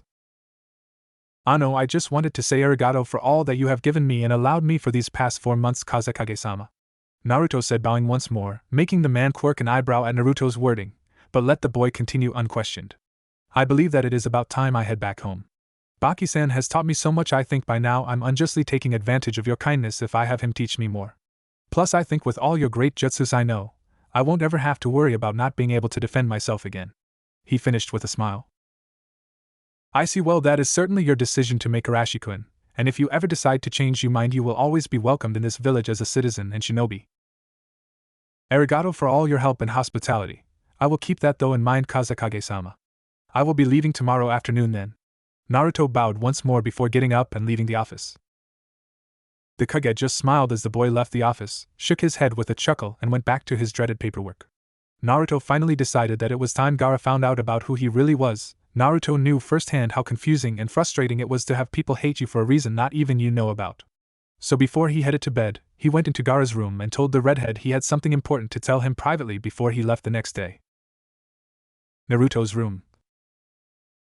"What's so important you had to drag me out of my room for, Naruto?" Gaara asked, slightly annoyed. "Ano, well, remember our talk when we first met about your sand and my red chakra?" Naruto asked with a sad and apprehensive expression on his face, while getting a nod from the redhead. Naruto spent nearly an hour explaining the important part of shinobi history that pertained to the Bijou, before finally getting to the most difficult part of the conversation. "Well, you see, Gaara, the villages finally learned how to harness the Bijou's strength. They sealed the demon inside newborn babies with undeveloped chakra systems, which would allow for a much safer and stable fusion of the child and demon, creating what's called a Jinchuriki. My whole point being is that," Naruto paused, already noting Gaara's face changing. "That is what we are, you and I. We are both Jinchuriki." Gaara didn't move for a good minute before his reaction was instantaneous. He fell on the floor, thinking the exact same things that Naruto had thought about when he had found out. Naruto simply put a hand on the boy's shoulder for support, and let him express his anguish unhindered. After nearly 15 minutes, Gaara finally calmed down and saw a smiling Naruto staring back at him. "Hey Gaara, I know exactly how you feel, man, but there are things you should know about being a Jinchuriki. It's not all bad actually, Having a demon sealed inside us does have a few advantages, especially when it comes to being a shinobi. Your sand, for example, it seems to be controlled by your demon, but what if you trained with him, and learn how to harness its powers for yourself? You could then learn how to control that sand, and use it as your own personalized weapon. For us, our powers are far beyond what other people could possibly imagine. I'm not saying, however, that power is everything. Our lives will always be rough because people fear what they don't understand, or they want to manipulate things for their own gain. All I'm saying is that not everything about being one of us is bad, so you shouldn't be all gloom and doom. You have a demon sealed inside you just like me. We should take advantage of the powers they provide us with. We may be Jinchuriki, but we are not demons. That is what my sensei Kyubi told me. Gaara just listened to the wizened boy, who seemed to know all the answers for the questions that were swimming throughout his mind. Gaara thought very hard about what Naruto told him about turning the demon into a strength for himself when he becomes a shinobi instead of hindrance later. Gaara then remembered what his sand had done to Naruto, and a small glint of excitement gleamed inside of his cyan eyes. Maybe you are right, Erasure, Gaara said lowly. Our lives will not be easy, Gaara, but at least we have each other, right? You and I, we have someone we can relate to, and help out when the other needs it. I'll promise to always be your friend and to be there for you whenever I can be okay. Hi, the redhead responded with a small smile in his lips. For the first time in a very long time, he was happy, truly happy. Gaara saw Naruto yawn, and laughed lightly before bidding goodnight to his friend. It's a word still unknown to Gaara, but he was beginning to understand its meaning. Naruto went to bed, and as per usual had his nightly mental training session, learning a few high Jounin level Futon Jutsu, as well as low-level Jounin Doton Jutsu. However, before he left his mind after the session was over, he had a question for the fox. Kyubi-sensei? Hi, Naruto. I was just wondering where you planned on taking me next to train. I was thinking of sending you to Water Country, and specifically to the Kiri, to try to find another person there to teach you some of the Suiton, water, jutsu they are famous for. Kyubi answered, lightly laughing at Naruto's face. Are there going to be a lot of Suiton jutsus that you can teach me too? He asked with puppy dog eyes, though Naruto never realizing foxes weren't exactly fond of certain dogs.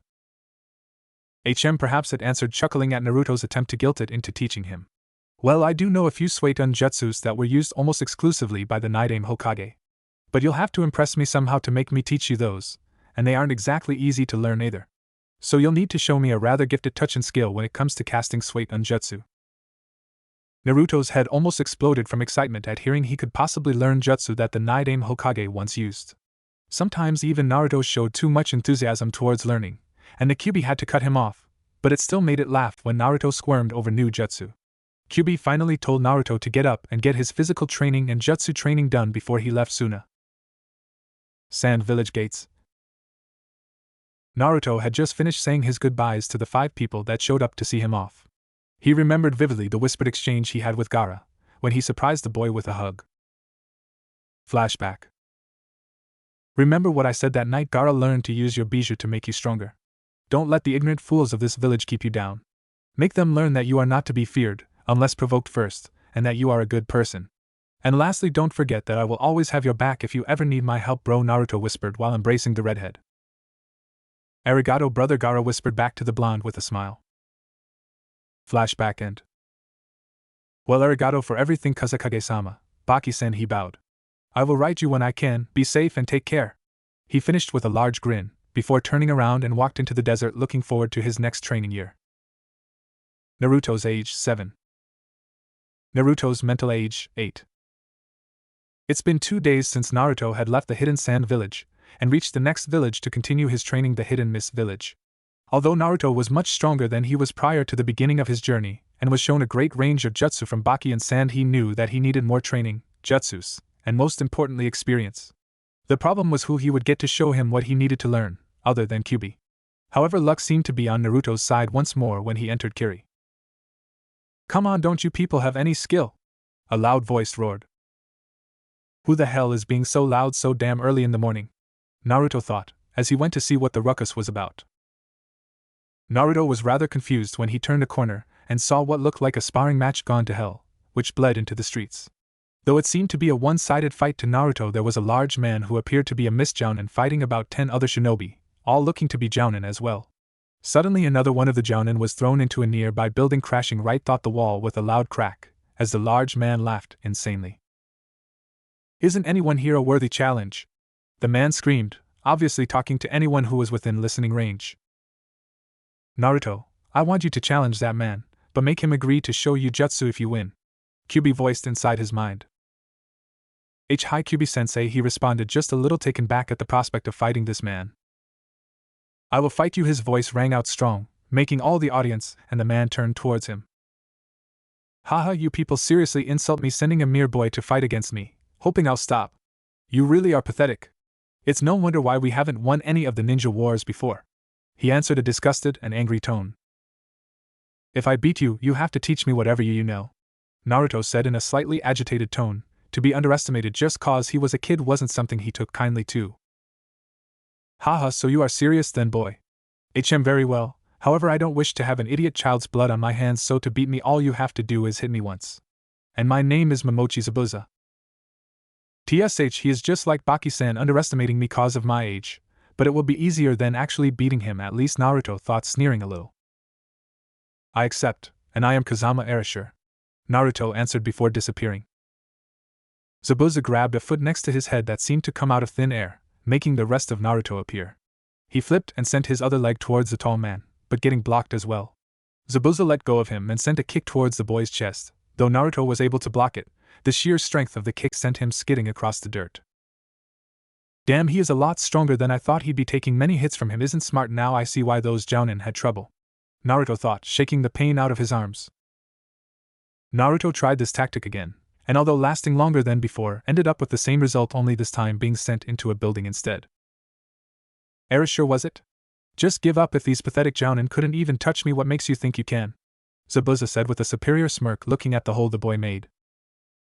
Slowly a blue light seemed to emanate from within the hole, before it disappeared, surprising Zabuza.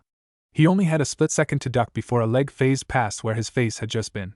He kicked up from where the leg originated and felt a connection, as a body flew into the air, but had been able to land gracefully on the ground.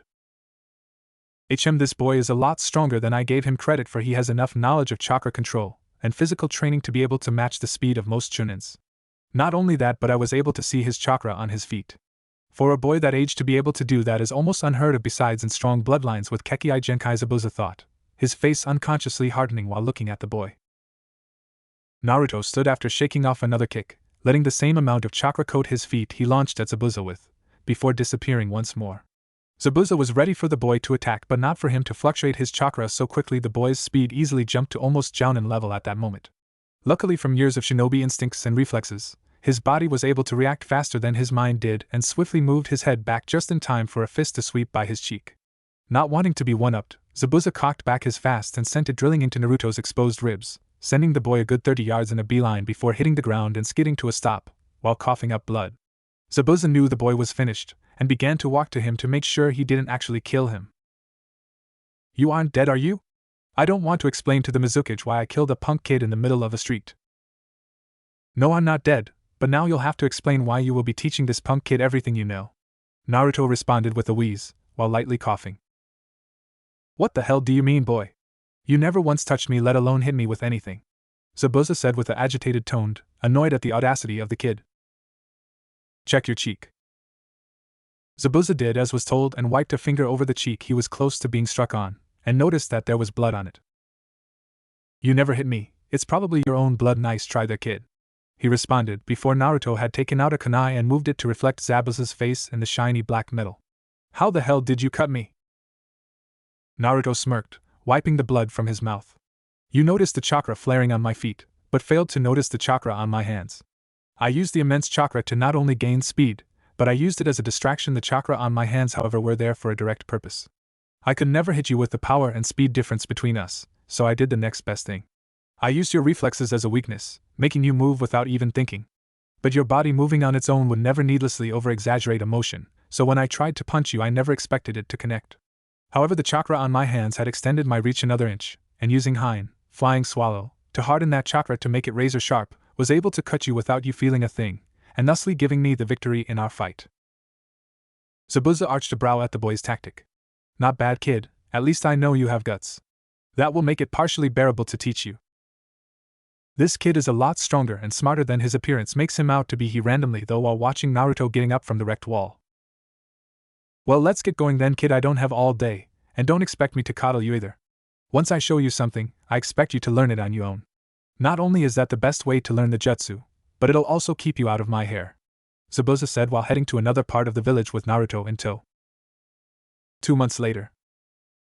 For the last 2 months, Naruto learned rudimentary through Lochun and Suetun jutsus from Zabuza, as well as shinobi skills for any shinobi's use, mainly being assassination skills. Naruto took to learning the Suetun jutsus like well water. He found them much easier to learn than the Doton he learned in sand. Mainly because water is the smoothest element to mold with chakra, it has an easy give and take, making them simple to learn. In retrospect, however, are also normally one of the weakest elements to use in a fight, being mostly used for defense or escape.